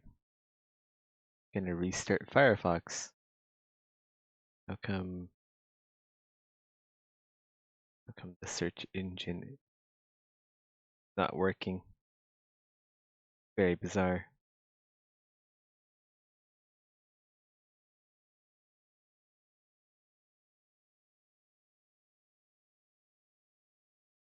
Maybe Twitch takes up a lot of resources. It's like a resource hog.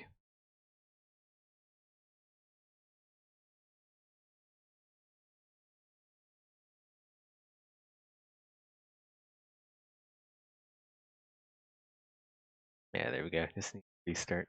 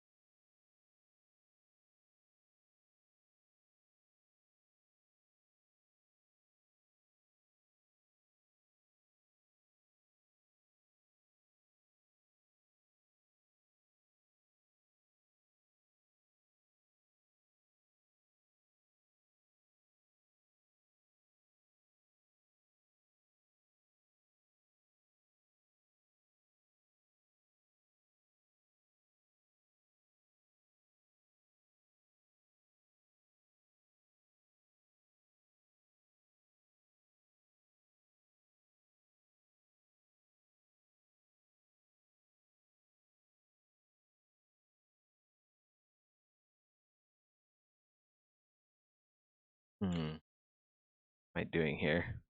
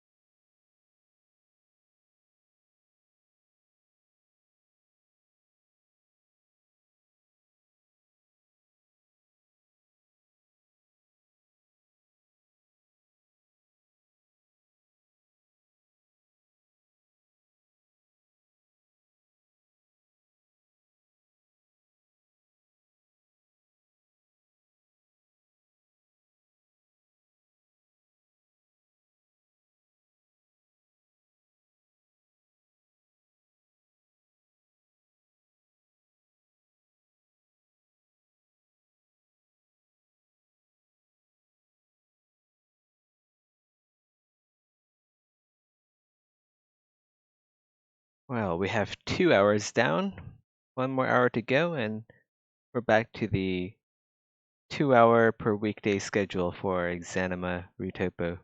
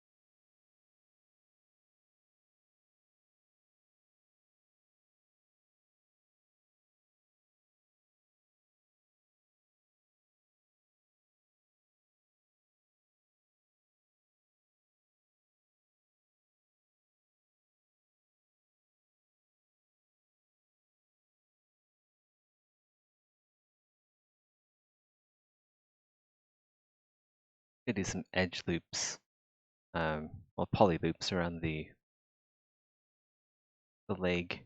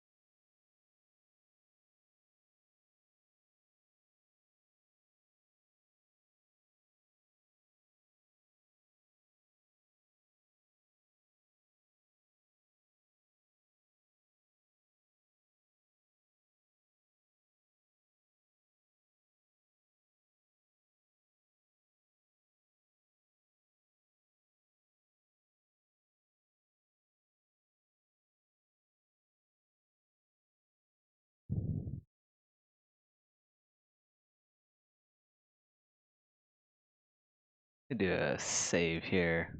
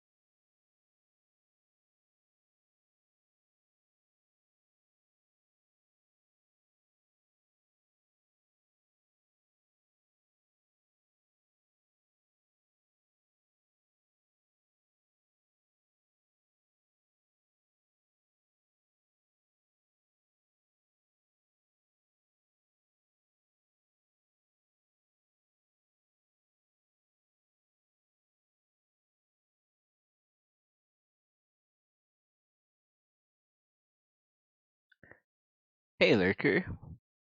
Oizeth, I'm curious if you have any idea why folks don't like the brassy plate harness. Because I quite like it, especially the Curious and the Sabatons. People don't like the brassy plate harness? I don't know why. Well, I guess it could be like... Alright, so I didn't make the brassy plate harness. I think maybe Maddock did? Or either like Maddock or Kieran. Like, it's a pretty old suit of armor. My best guess is that like people don't like it because of its blocky appearance, I guess.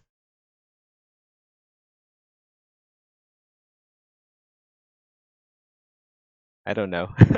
I don't know what other people think.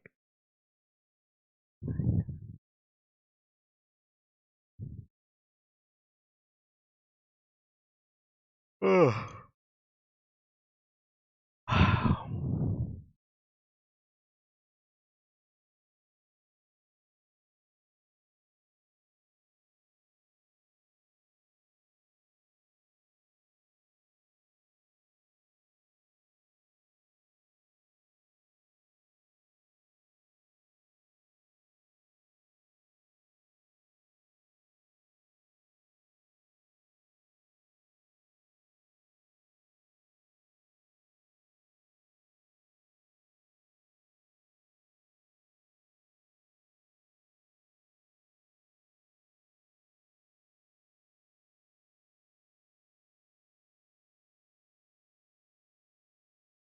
Me either, though it may be the geometry, the lack of designs on the surface aside from the simple geometric stuff. Sound like you need them Z's. Made good progress on this sesh. We are 2 hours in, 2.5 hours in on a 3-hour retopology stream. It will be 3 a.m. in 30 minutes. So we have made some pretty good progress.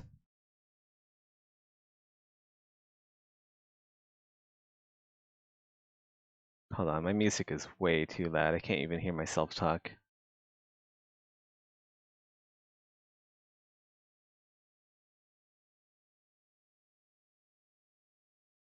We also talked about, like, maybe getting back into Unreal Engine 4.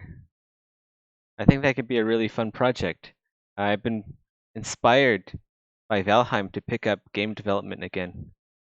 And I think what will help me from the vicious cycle of starting and stopping a game project would be to stream it, because then I get held accountable for the stuff I make, and just generally take things more seriously, which I think is awesome. Awesome thing to be able to stream work. Well, I am GMT +8. I live in Malaysia, so yeah. You guys are probably 8 hours behind me. Well, I think most of the world is like that. Like most of the Exanima bare metal audiences.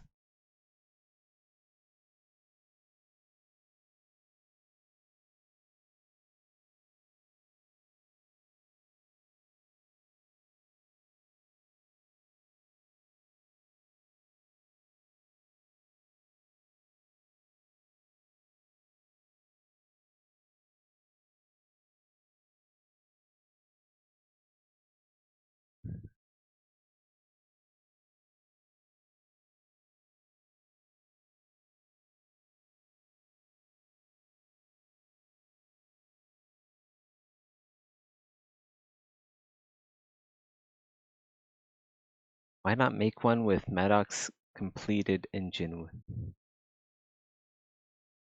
Well, because it's Maddox's completed engine.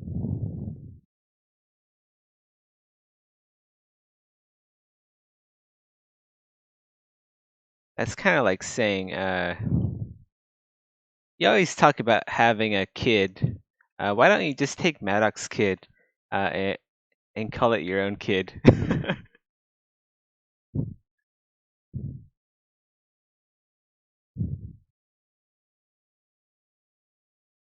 Is he gonna license it like Unity? I don't know, and if he will, it's gonna be. I'm gonna be like 90 years old by the time that happens.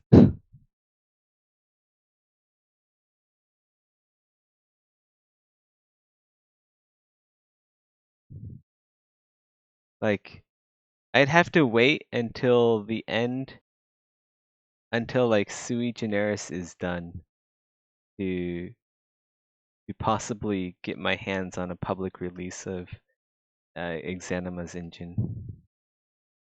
Like, no joke.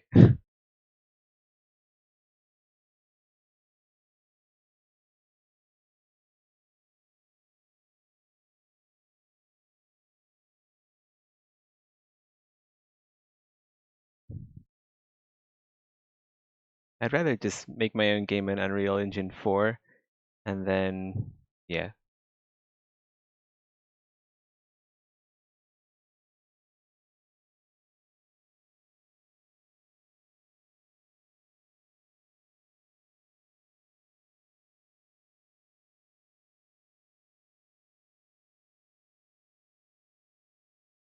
Also, the game I have in mind isn't a physics-based game. It'll just be your standard game, but with hopefully good mechanics, fun gameplay.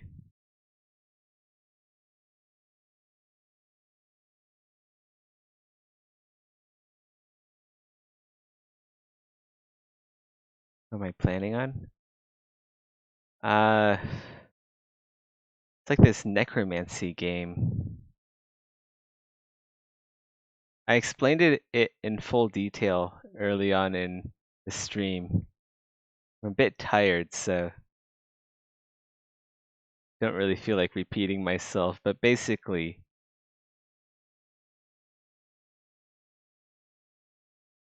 you maybe play as a lich or something. I haven't really gotten all that worked out. But you like build monsters from your slain enemies. You tear their bodies apart for components and then like build your own undead minions.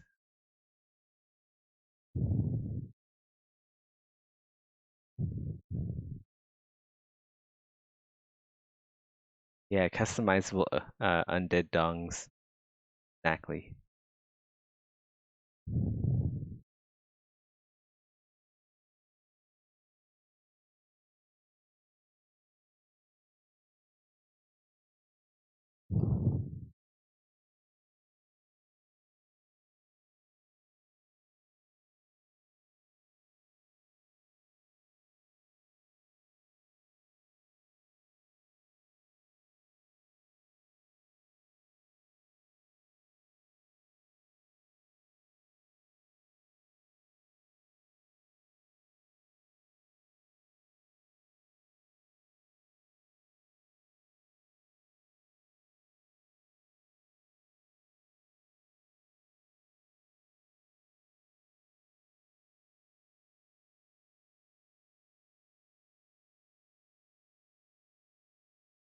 Yeah, it could be a fun project to stream.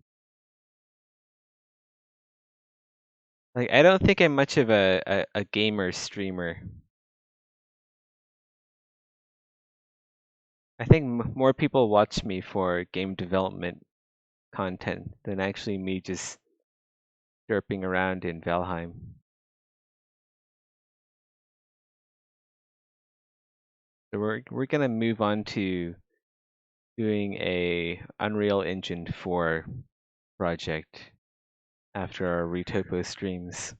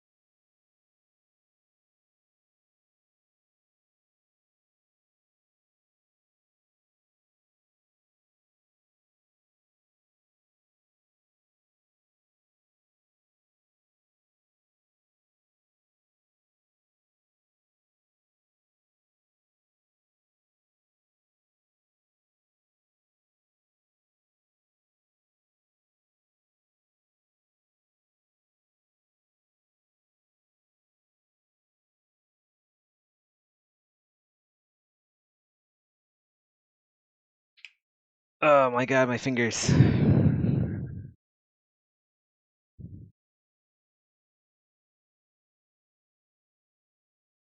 So one of the upsides of retopology work is that I don't have to think a whole lot to do the retopology. But at the same time, since I don't have to think a lot, that means I don't really take a whole lot of breaks, sit back and decide where this artwork is going to go. Instead, I just use that time and just keep doing more retopo, which is great because I get a lot done, but not so great for my fingers because, uh, yeah, there's a lot of work involved.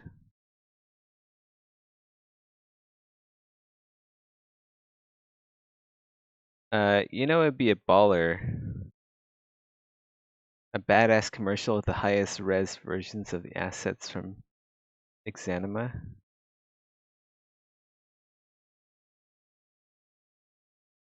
Totally isn't excuses. See said actions and these said assets in action. Well, what you're talking about is like cinematics.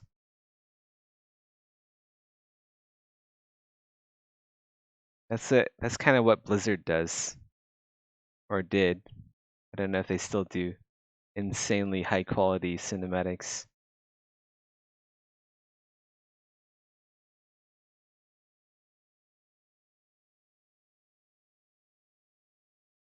Probably cost too much, and well, Blizzard is a for-profits.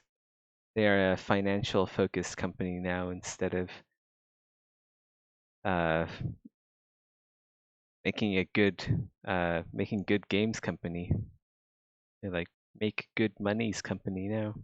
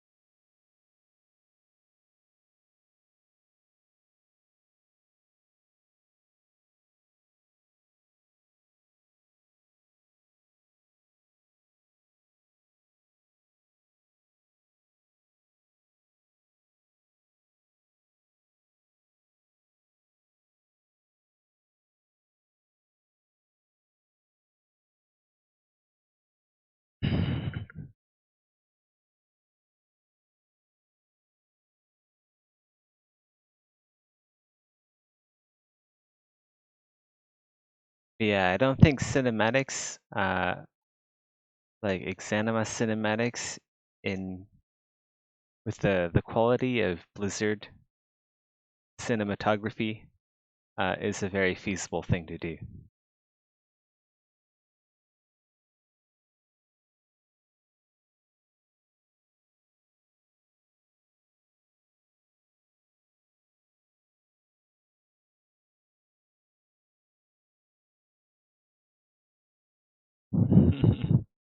Yeah, that's not gonna happen.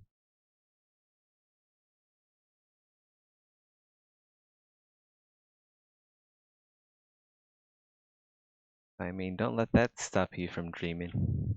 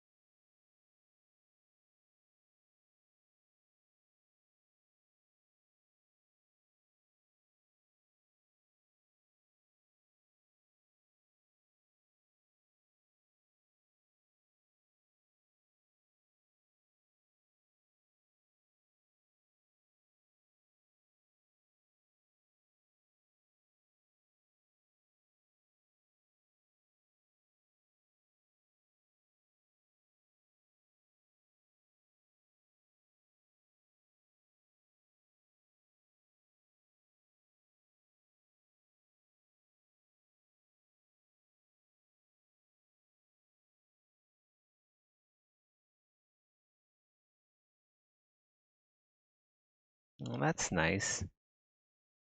I mean, don't do that if if your finances are tight.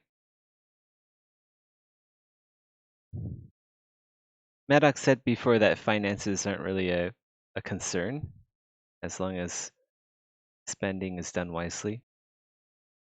So like really if you don't have money now or you can't really part with anything, uh don't buy Exanima just to support us.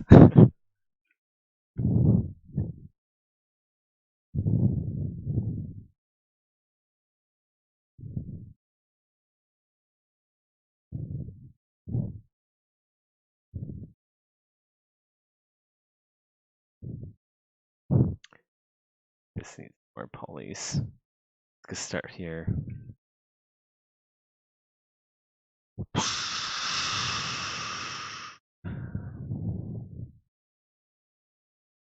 Retopo is certainly something, isn't it?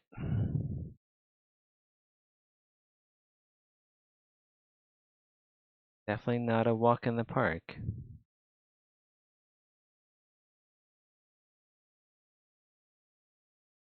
It's more like a fart in the dark. Whoa. Didn't see that one coming.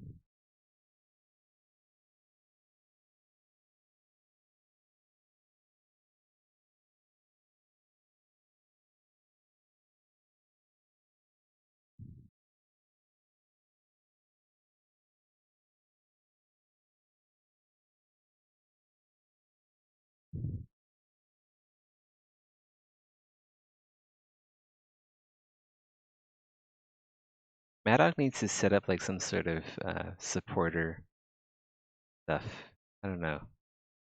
Like somehow get like people who make like massive contributions. I don't know. It sounds like you're thinking about thinking about spending 1,500 on copies of Exanima.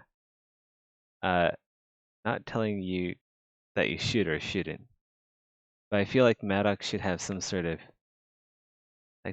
system to, I don't know, like recognize people who contribute like that much. I don't know.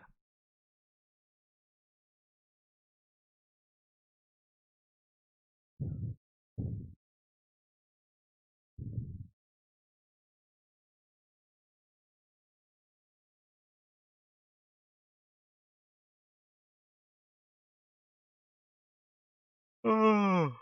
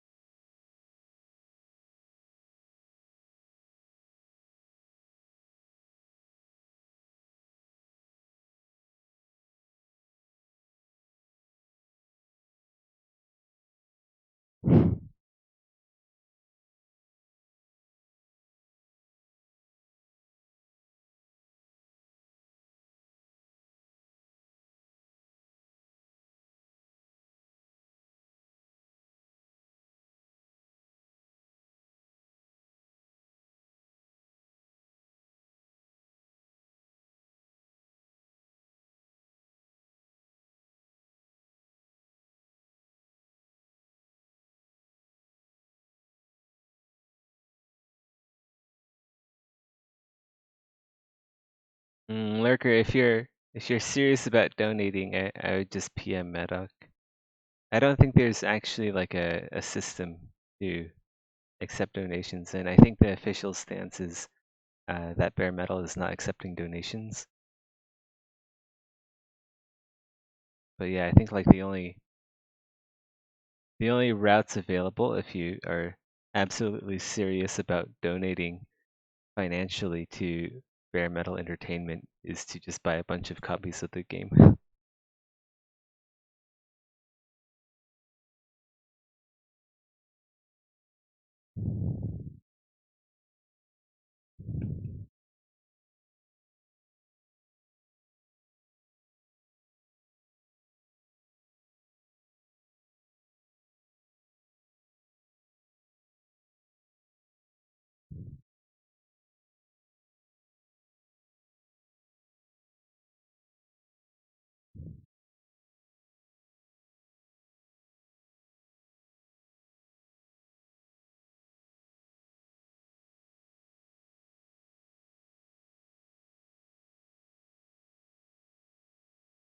Personally, personally, I feel like Madoc feels bad about accepting Kickstarter money and not delivering the product as per advertised on the Kickstarter. So that's why uh, Bare Metal is not accepting donations, last I heard.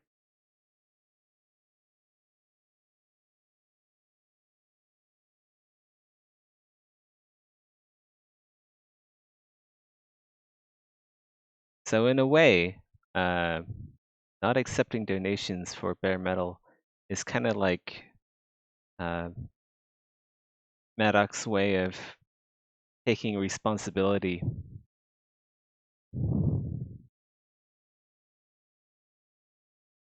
He is a pretty responsible person.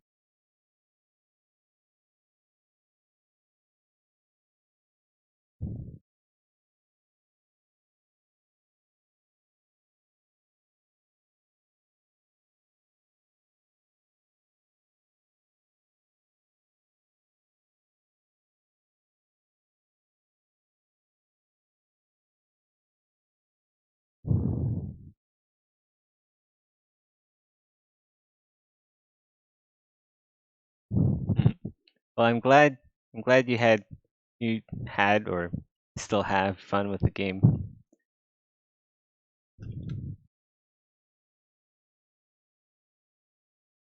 It's a pretty fun game. I'm still gonna stream it once the new update arrives, the GI update. Ooh, everything's gonna look so good, judging by the screenshots.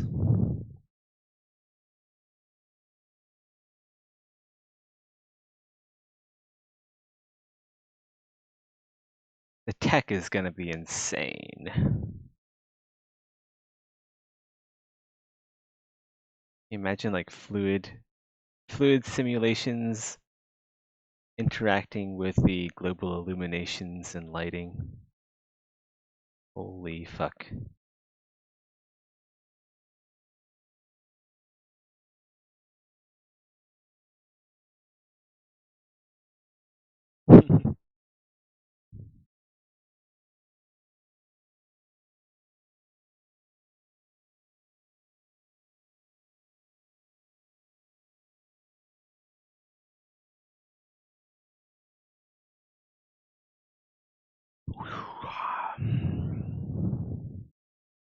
All right. About 15 more minutes of this, and then we'll see if I am too tired to stream more, or if maybe we can stream like a bit of Unreal Engine 4.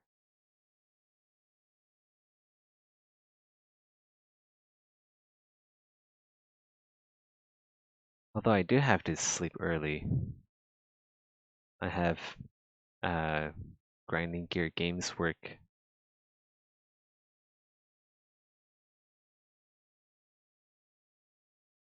I'm over the 3 hours. Well, I usually I usually put in like an extra 10 to 15 minutes because sometimes I take time off to read comments, or I take a short break, or I don't know. I always work a tiny bit extra just to play it safe.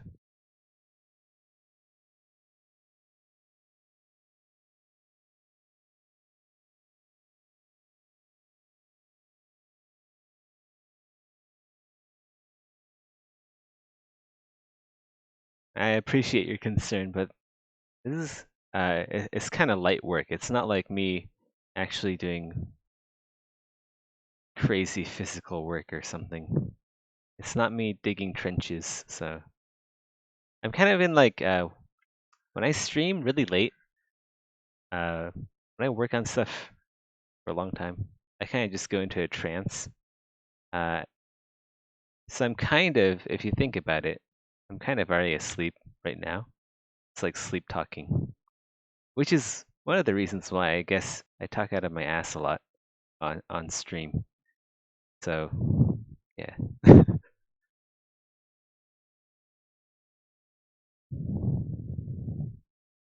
This isn't the USA or Japan.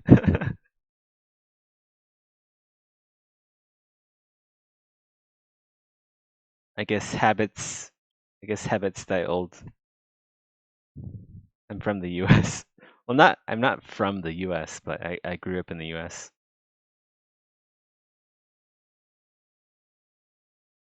Work our asses off. No, it's totally fine. It's just another 8 minutes to go. Also, I might have energy. I'm gonna take a quick shower and see where I stand in terms of energy. I do kind of want to get Unreal Engine set up, or maybe just start throwing ideas at the wall and see where a project, a video game project could go.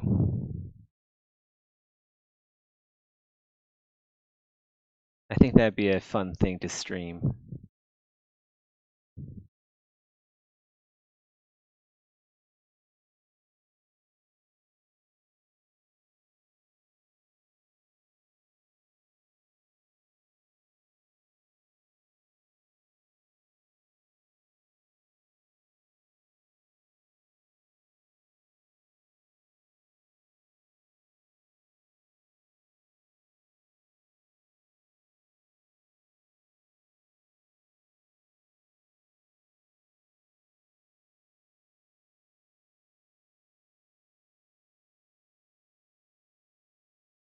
How long until we get dev characters to start with an Exanima?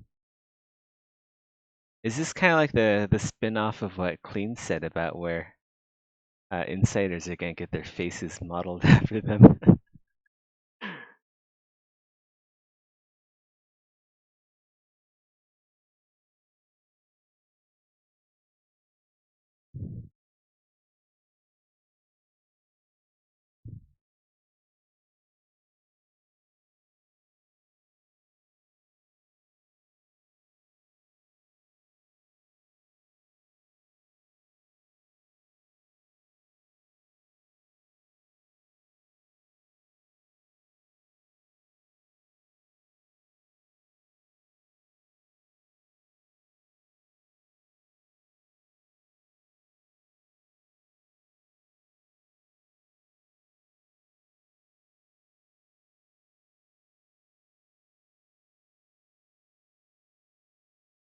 Hmm.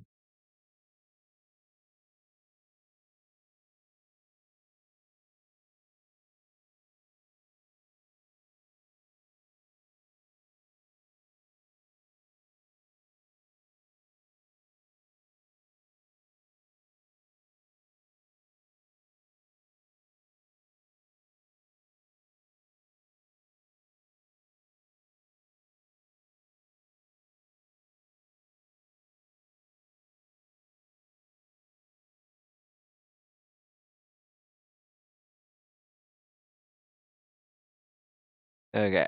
I'd hate to live in Exanima. There's no Wi-Fi. I wouldn't know where my wife is. No food delivery service. That'd suck.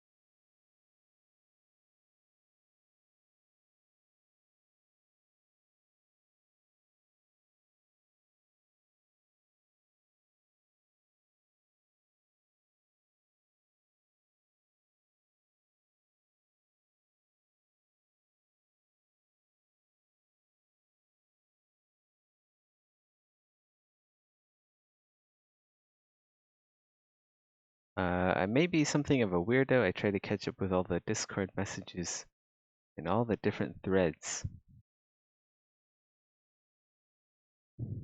Maybe not a weirdo, but you sound invested. Like, sound like someone who's invested in stuff. I don't know what.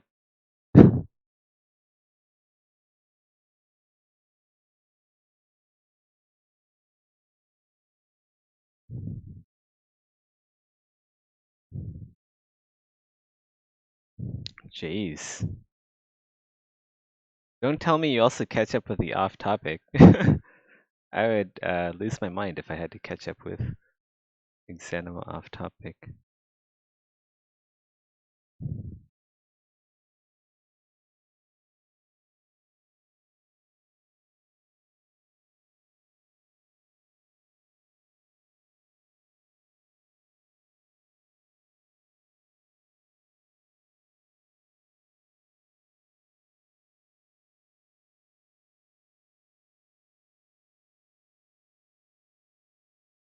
Wonder how Exanima would be in VR, especially with the new renderer. Probably be pretty awesome.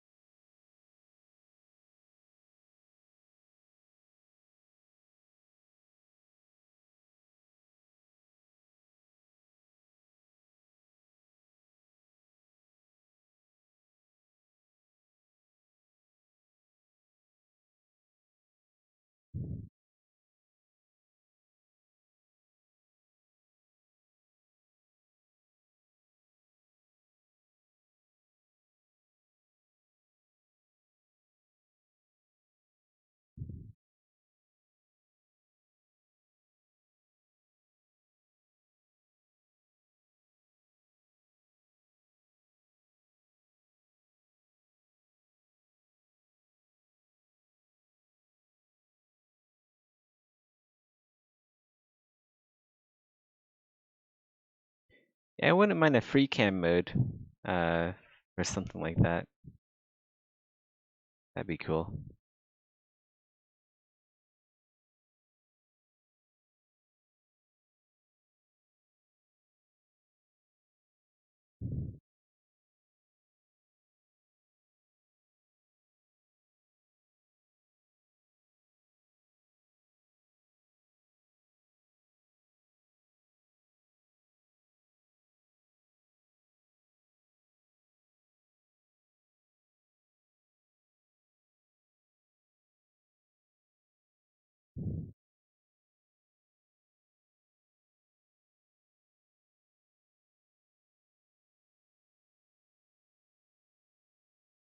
Alright guys, I think that does it for the Retopology stream.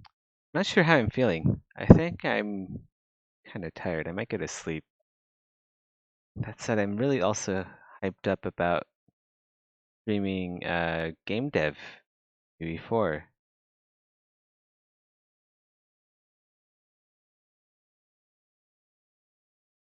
I think I'll go to sleep. Yeah. I think that's the wise course of action. I have work tomorrow. There's the coffee diary meeting. What else is there tomorrow? I think that's it really. But yeah, we can always stream game dev tomorrow too. Um, so yeah, have a good one, everyone. I'm gonna go to sleep. Thanks, Circer. Uh, and yeah, if this is interesting, I'll catch you guys tomorrow. Bye.